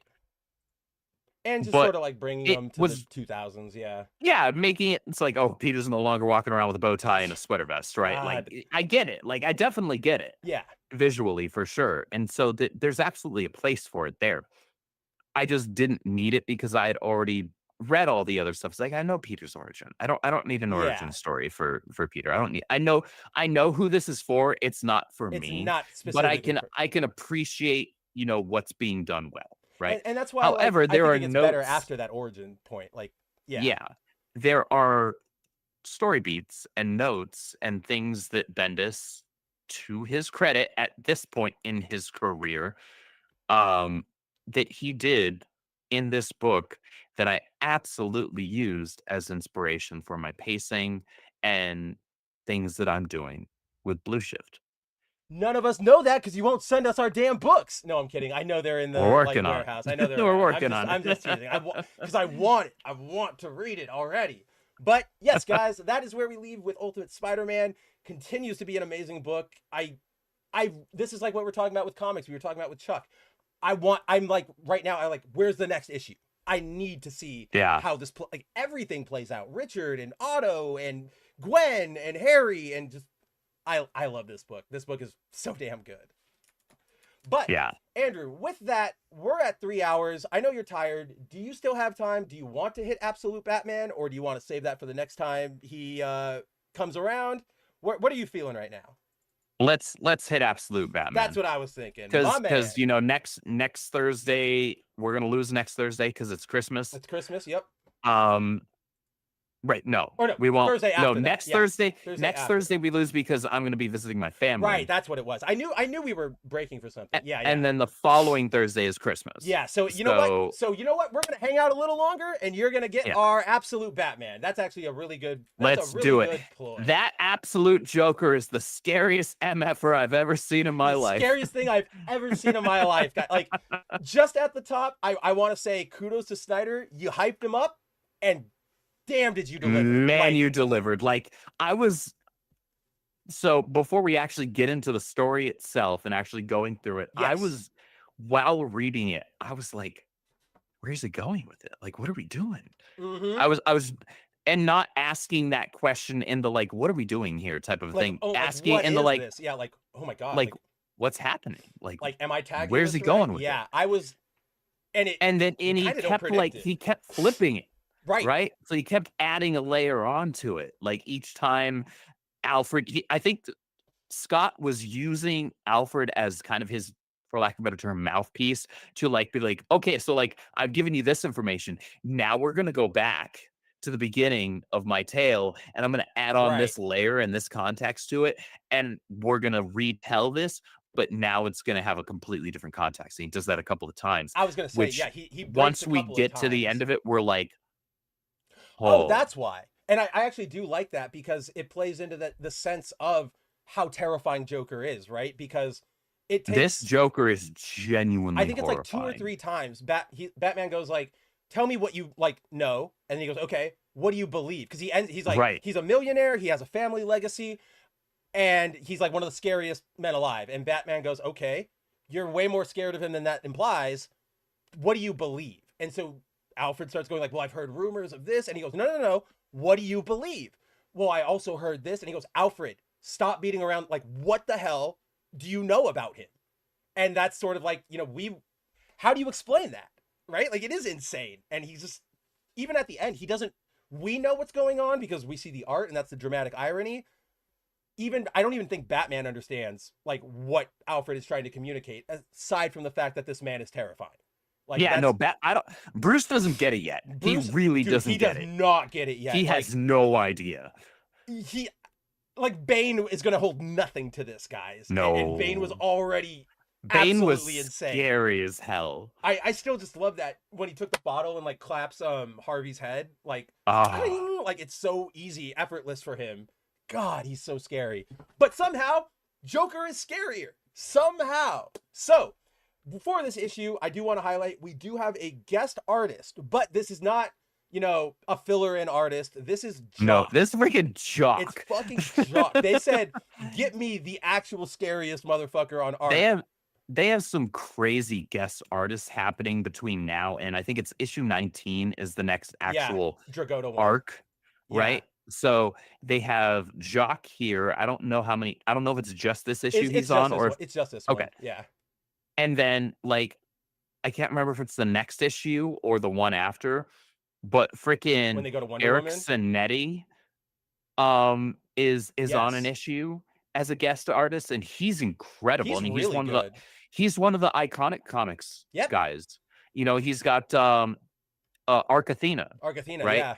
His art is crazy good. It's gonna be guys. good in that issue. I Like, think that it's issue is the gonna- Wonder Woman one, and I'm like, oh, No, I think his is the one with Poison Ivy.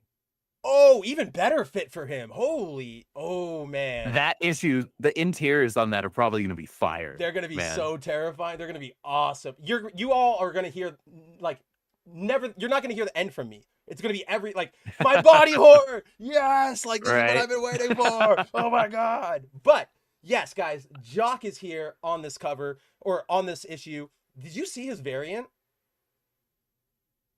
Like The one that's like that's just like the red Joker. eye. Yeah. Yeah, I I did. They I didn't have any didn't at my grab shop. it. Oh, they had them at yours. My shop did. Lucky. My yeah. shot had just a couple, but I only grabbed just the base cover for Which this is one. this is still such a good piece by Dragotta. Like Because for me, when I got to my shop, because usually, and I've said this before on stream, usually my shop sets aside all of the variants Yeah. of Witchblade for me, that's really cool. right? But because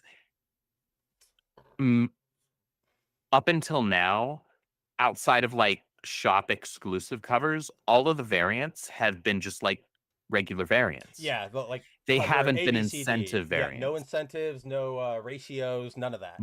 But the this is cover B, right? The one I showed off Yes. earlier, which is the Brett Booth cover.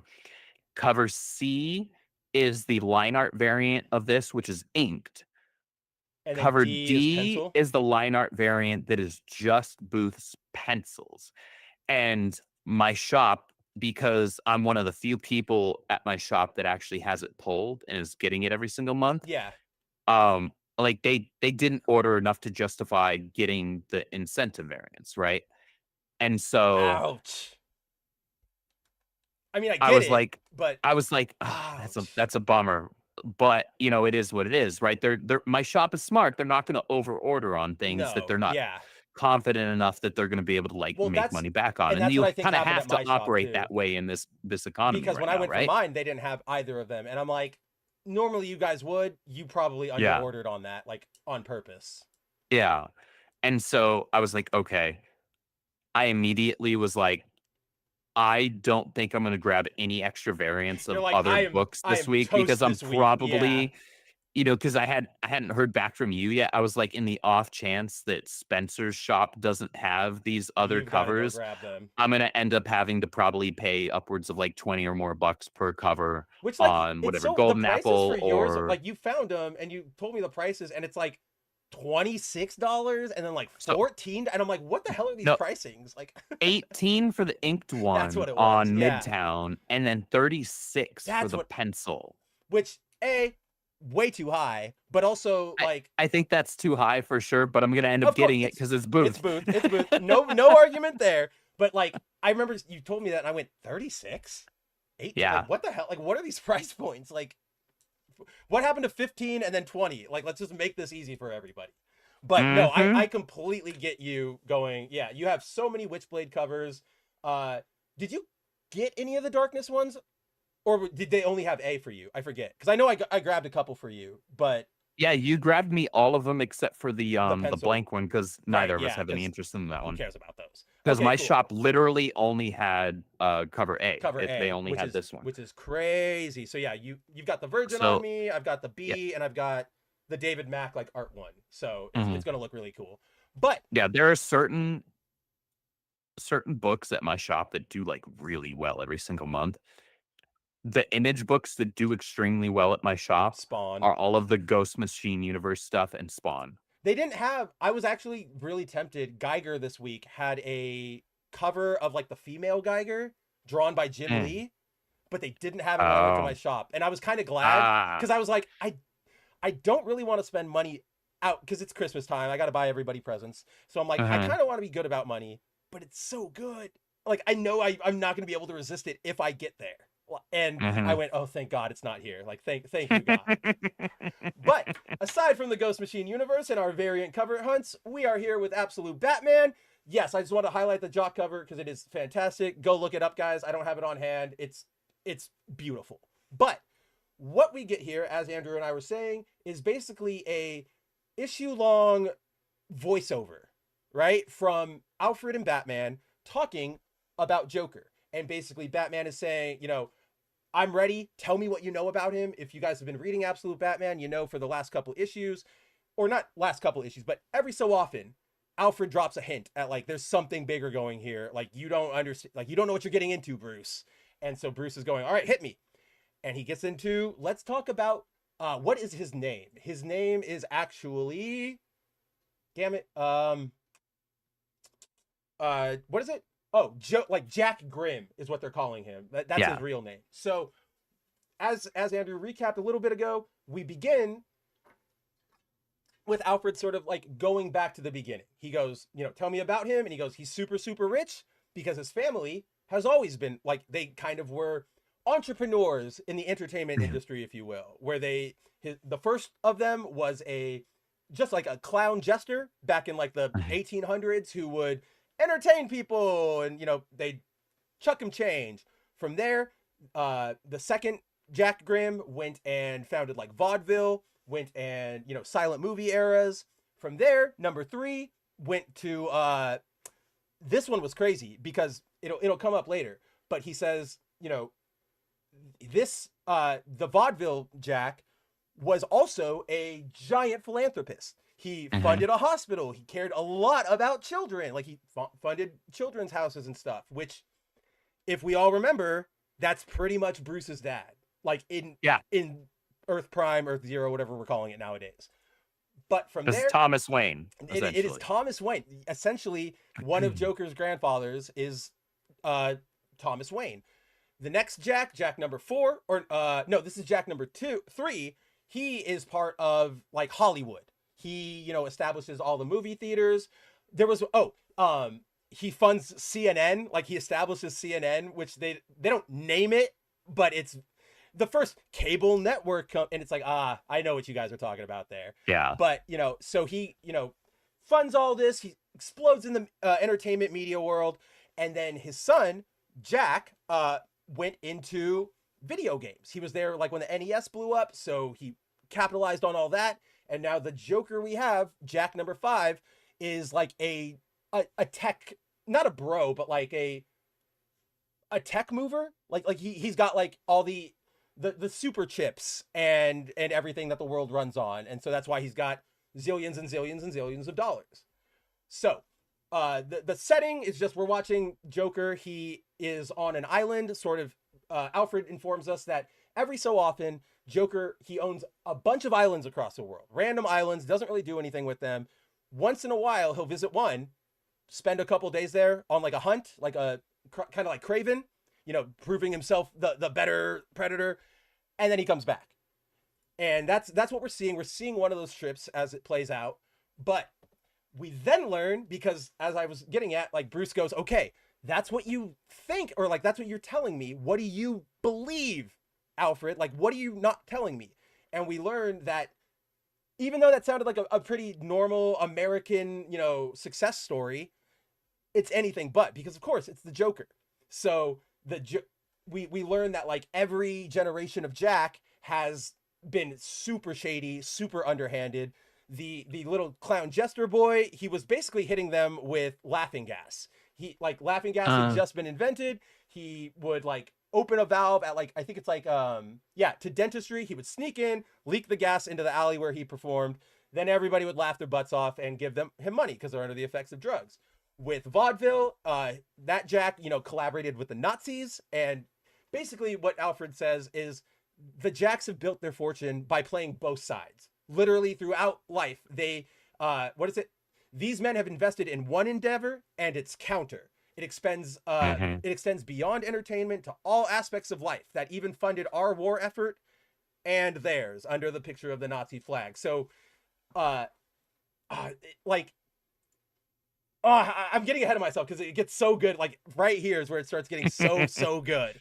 But basically Alfred's like, it's power. They just want to amass power. And Batman goes like, well, why is Joker sort of like making moves into the criminal world now? Like, why do we know him? Wouldn't he want to stay like a little quiet?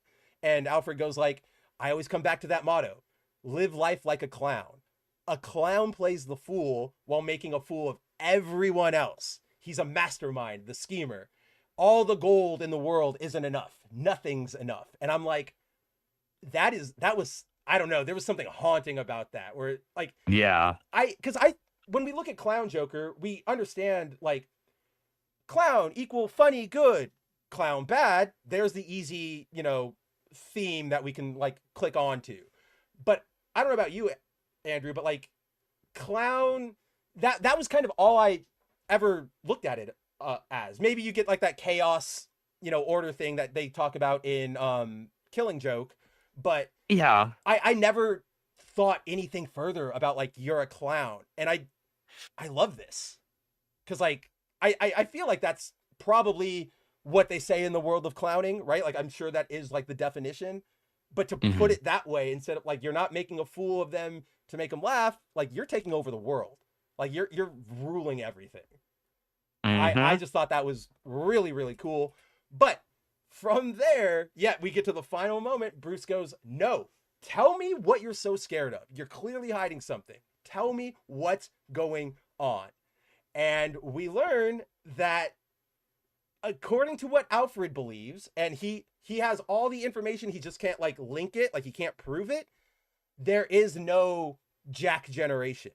There's only been one Joker, one Jack Grimm, ever from in the alley to vaudeville to news companies to video game. One single person, the one and only Joker. And Bruce asks like, how does that work?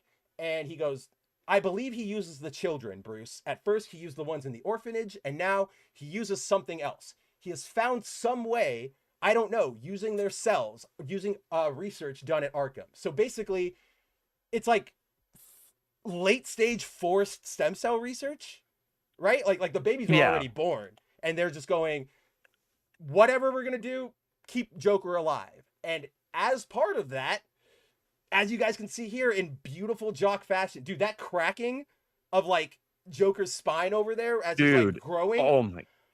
I was just like, dude, this is actual terror. Like, can you this guys imagine that?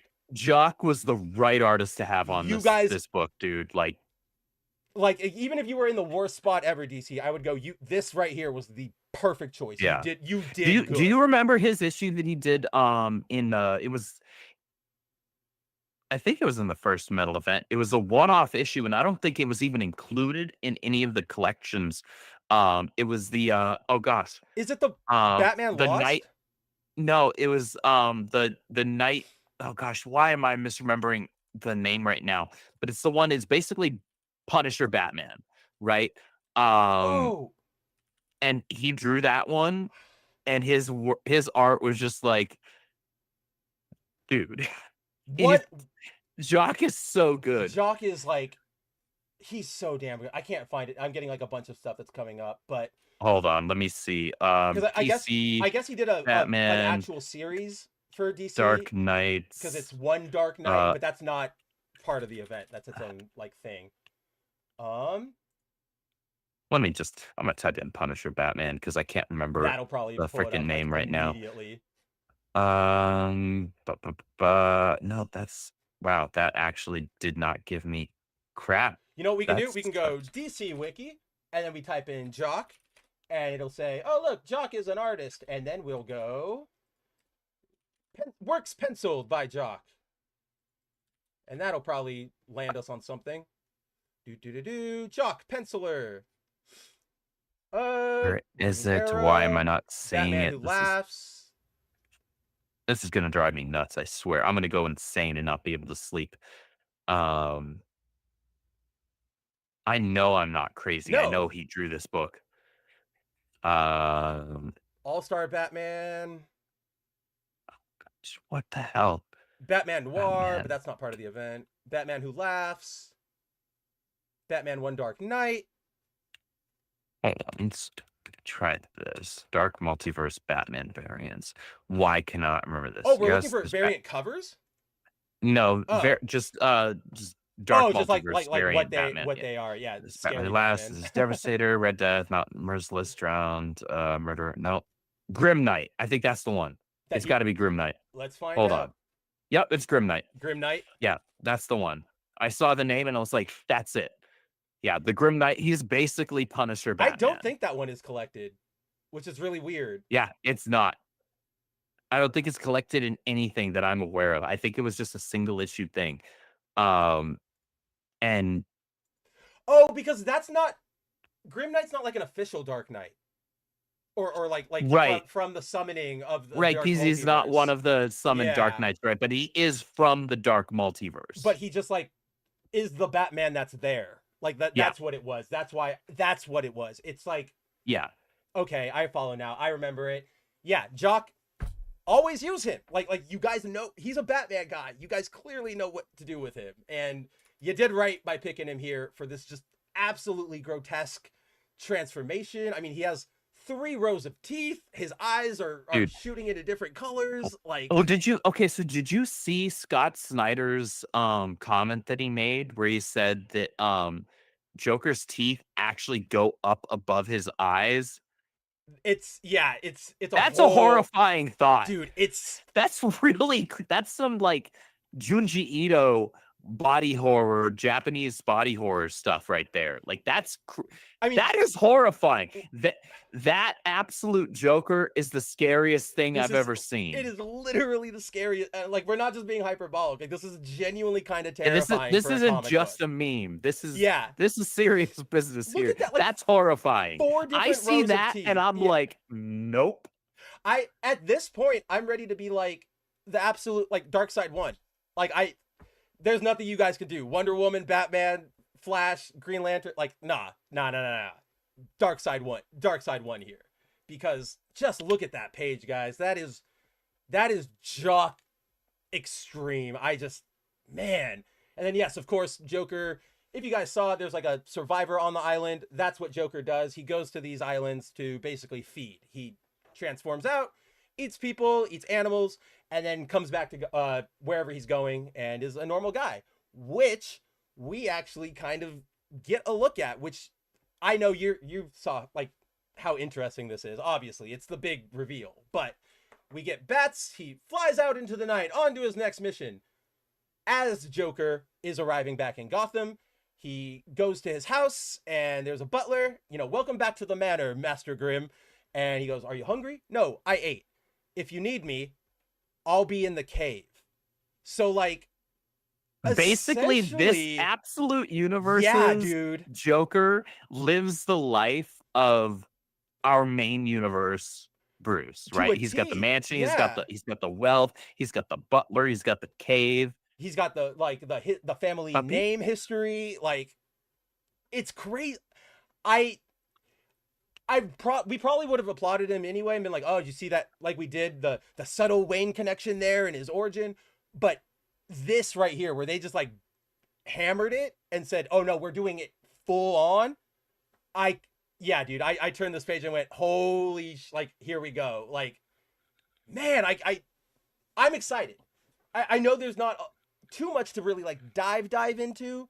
But right, because there's no moving forward of the plot in this issue, right? This issue is literally just meant to be like backstory to set us up for Joker, just how horrifying absolute Joker is meant to be. Yeah, right? right. So And now we have this context going in, and I think that was smart by Scott Snyder because he, while the issues were going and happening, we were understanding like in real time how scary Absolute Bane was. right. And so he chose, instead of just doing that same thing and repeating it with Joker, he chose instead to provide us all the context And we before know it. Bruce Yeah. ever actually meets him, and Bruce not getting it. So we're fucking terrified as we go into this. And Yeah. if we were there, We're like, holy crap. we're like, And Bruce, Bruce has don't, no Bruce, idea. no. And Bruce won't listen to us. He doesn't understand from what, if you guys read the text, Pennyworth is telling him all this. Bruce isn't really understanding. Like, he twists into a monster. He is immortal. Like, Bats just kind of goes, I just killed Bane. He's just a guy. Like, I'm going to kill him. Like, I'm going to take him out. He doesn't get it. He does. And so he'd be like, Bruce, He no, really no. And he'd be doesn't like, I get got this. It's fine. And then rest in peace, Bruce Wayne. Like, Yep. I cannot wait to see how this plays out. I worry, man, like, I worry that once we start getting to the other heroes, this doesn't become a threat anymore. Mm. Like, I know I'm thinking way too far in the future, but yeah, like, Well, no, I think they're within reason. There's a valid concern in there because in, what is it, issue 19 is when Bruce is supposed to meet with Absolute Diana, yeah. Diana, And they mentioned her right? in this issue. Yeah, they do. All of a sudden you put Absolute Diana in front of him, and while this is still a scary as hell, character, We just saw her take out the Tetracide. yeah, you put in a character like Diana, who, let's be real here, like, she kind of changes the power scaling of situations if she arrives. And that's even just counting Diana's base power set. That's not counting the magic that Absolute Diana has like at her disposal, and right? her weapons and Which is a everything, yeah. completely different, Skill thing set, to add power into set, the yeah. Yeah, it's a whole other facet, a whole other layer to the power scaling that you have to deal with and contend with there. Um, so I think there's a valid concern there because, like, if Bruce can just be like, "Hey, I'm gonna call up my friend Diana, I'm gonna call up my friend Kal-El," all of a sudden, Absolute Joker, while still a scary mofo, doesn't seem like the insurmountable foe You just got to do the sentry that thing he and was. throw him into the sun, right? Like, Yeah. So, like, I kind of feel like I do with the Ultimate Universe, where it's like, I trust you guys in, like, Jason Aaron. I can't believe I'm saying that. Hayden Sherman and Absolute Superman is my favorite of the Absolute books right now. I know, and that's what's great. Jason Aaron, guys, and I don't like Jason Aaron. I don't like Jason Aaron, but sometimes he can hit it. Sometimes he's got like, this is what I was meant for, and right. Sometimes you have a writer that you don't like, you dislike 99% of their work. That's for me. But then there's that 1% when you're being intellectually honest with yourself, where it's like you can admit, damn, this was the book they should have been writing. You should have been here. Yep, 100. I mean, you and I did that with McKay kind of recently, where we're like, we did with McKay, we've done it with Simone, we've done it with Kelly Thompson. Yep, we've done it with a bunch of writers really in the last year and a half. It's all about, like we were talking about with Chuck, like putting the right people onto projects where they know what they're doing instead of forcing them to find their footing there. Right? Guys, so like, check out on the Bounding Into Comics YouTube channel that interview that Mav did. I was a guest co-host with Chuck Dixon. We got to talk about just comics in general.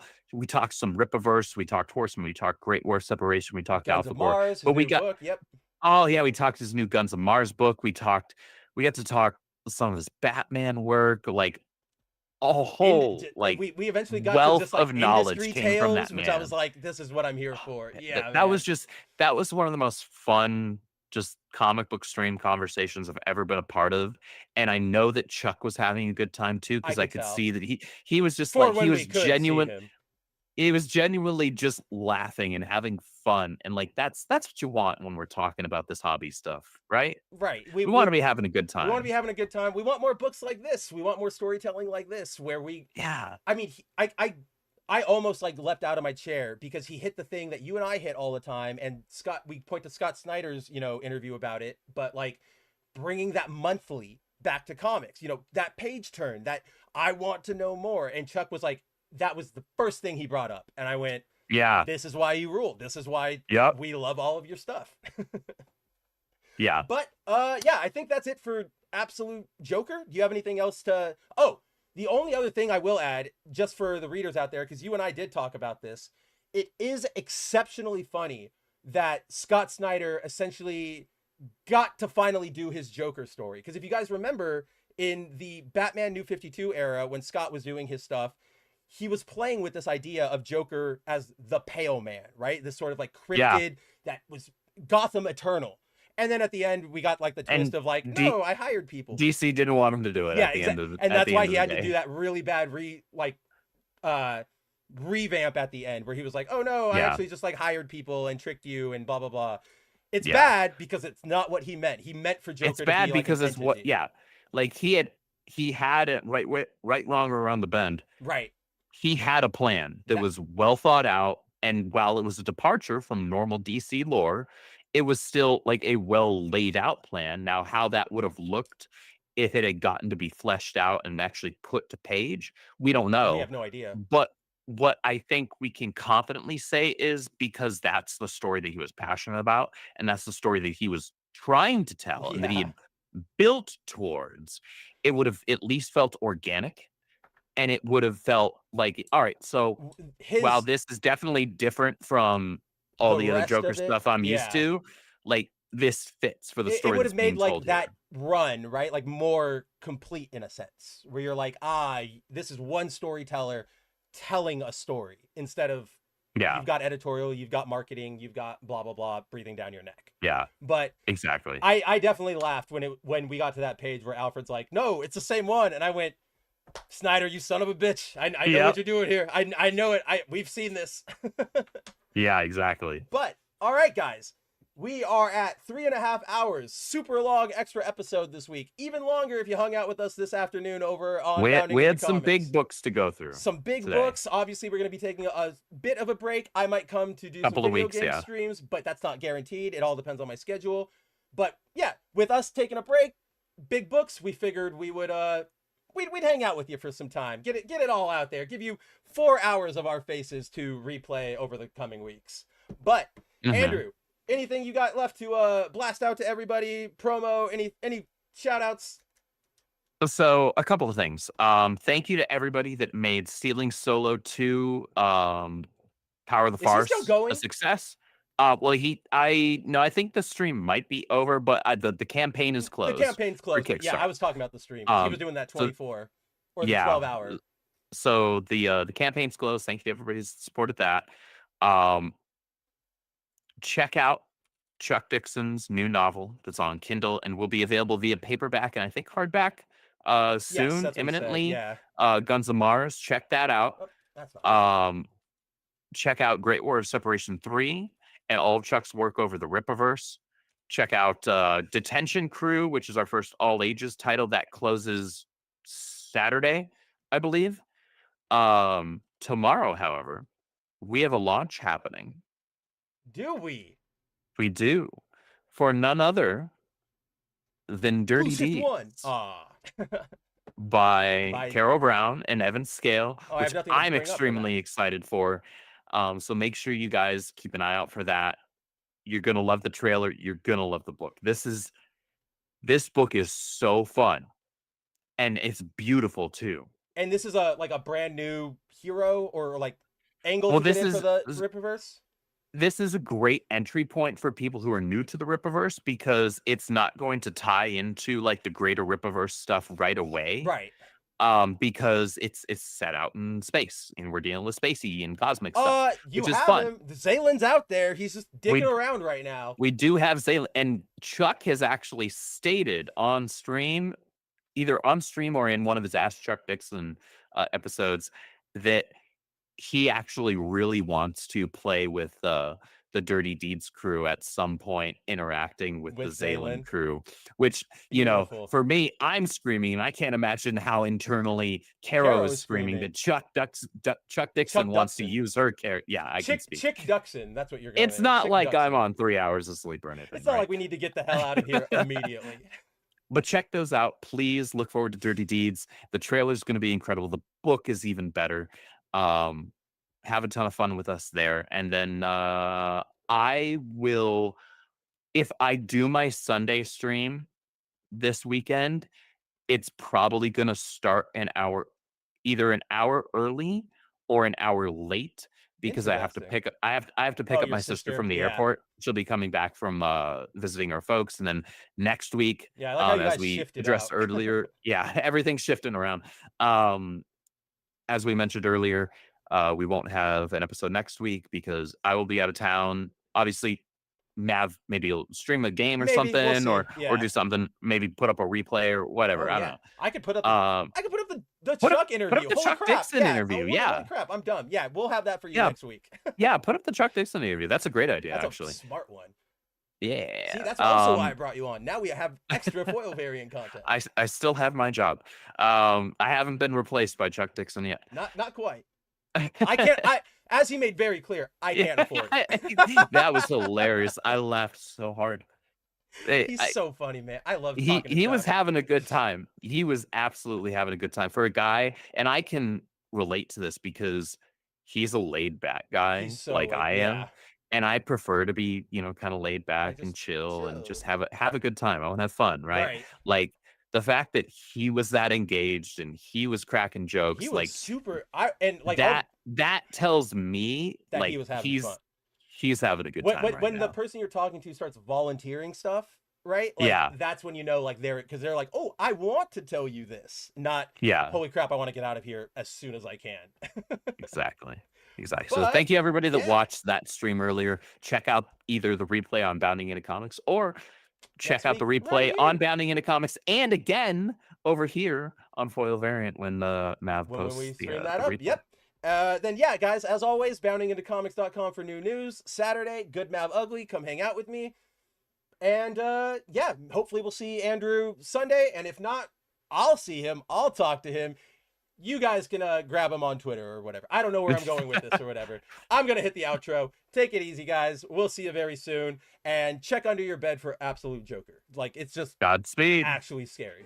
Never before have we had greater face a complex, rapidly changing world. Think of it a moment. It is a world in which supersonic speeds are commonplace. It is a world that has seen the coming of the atomic bomb. It has seen the rise of the total state, the dictator, and the mass man. It is a world of new sensations, new excitements, new distractions. So much to be learned by so many in so little time. That And I suppose you're here with no agenda, as per usual? On the contrary, I'm here for comics.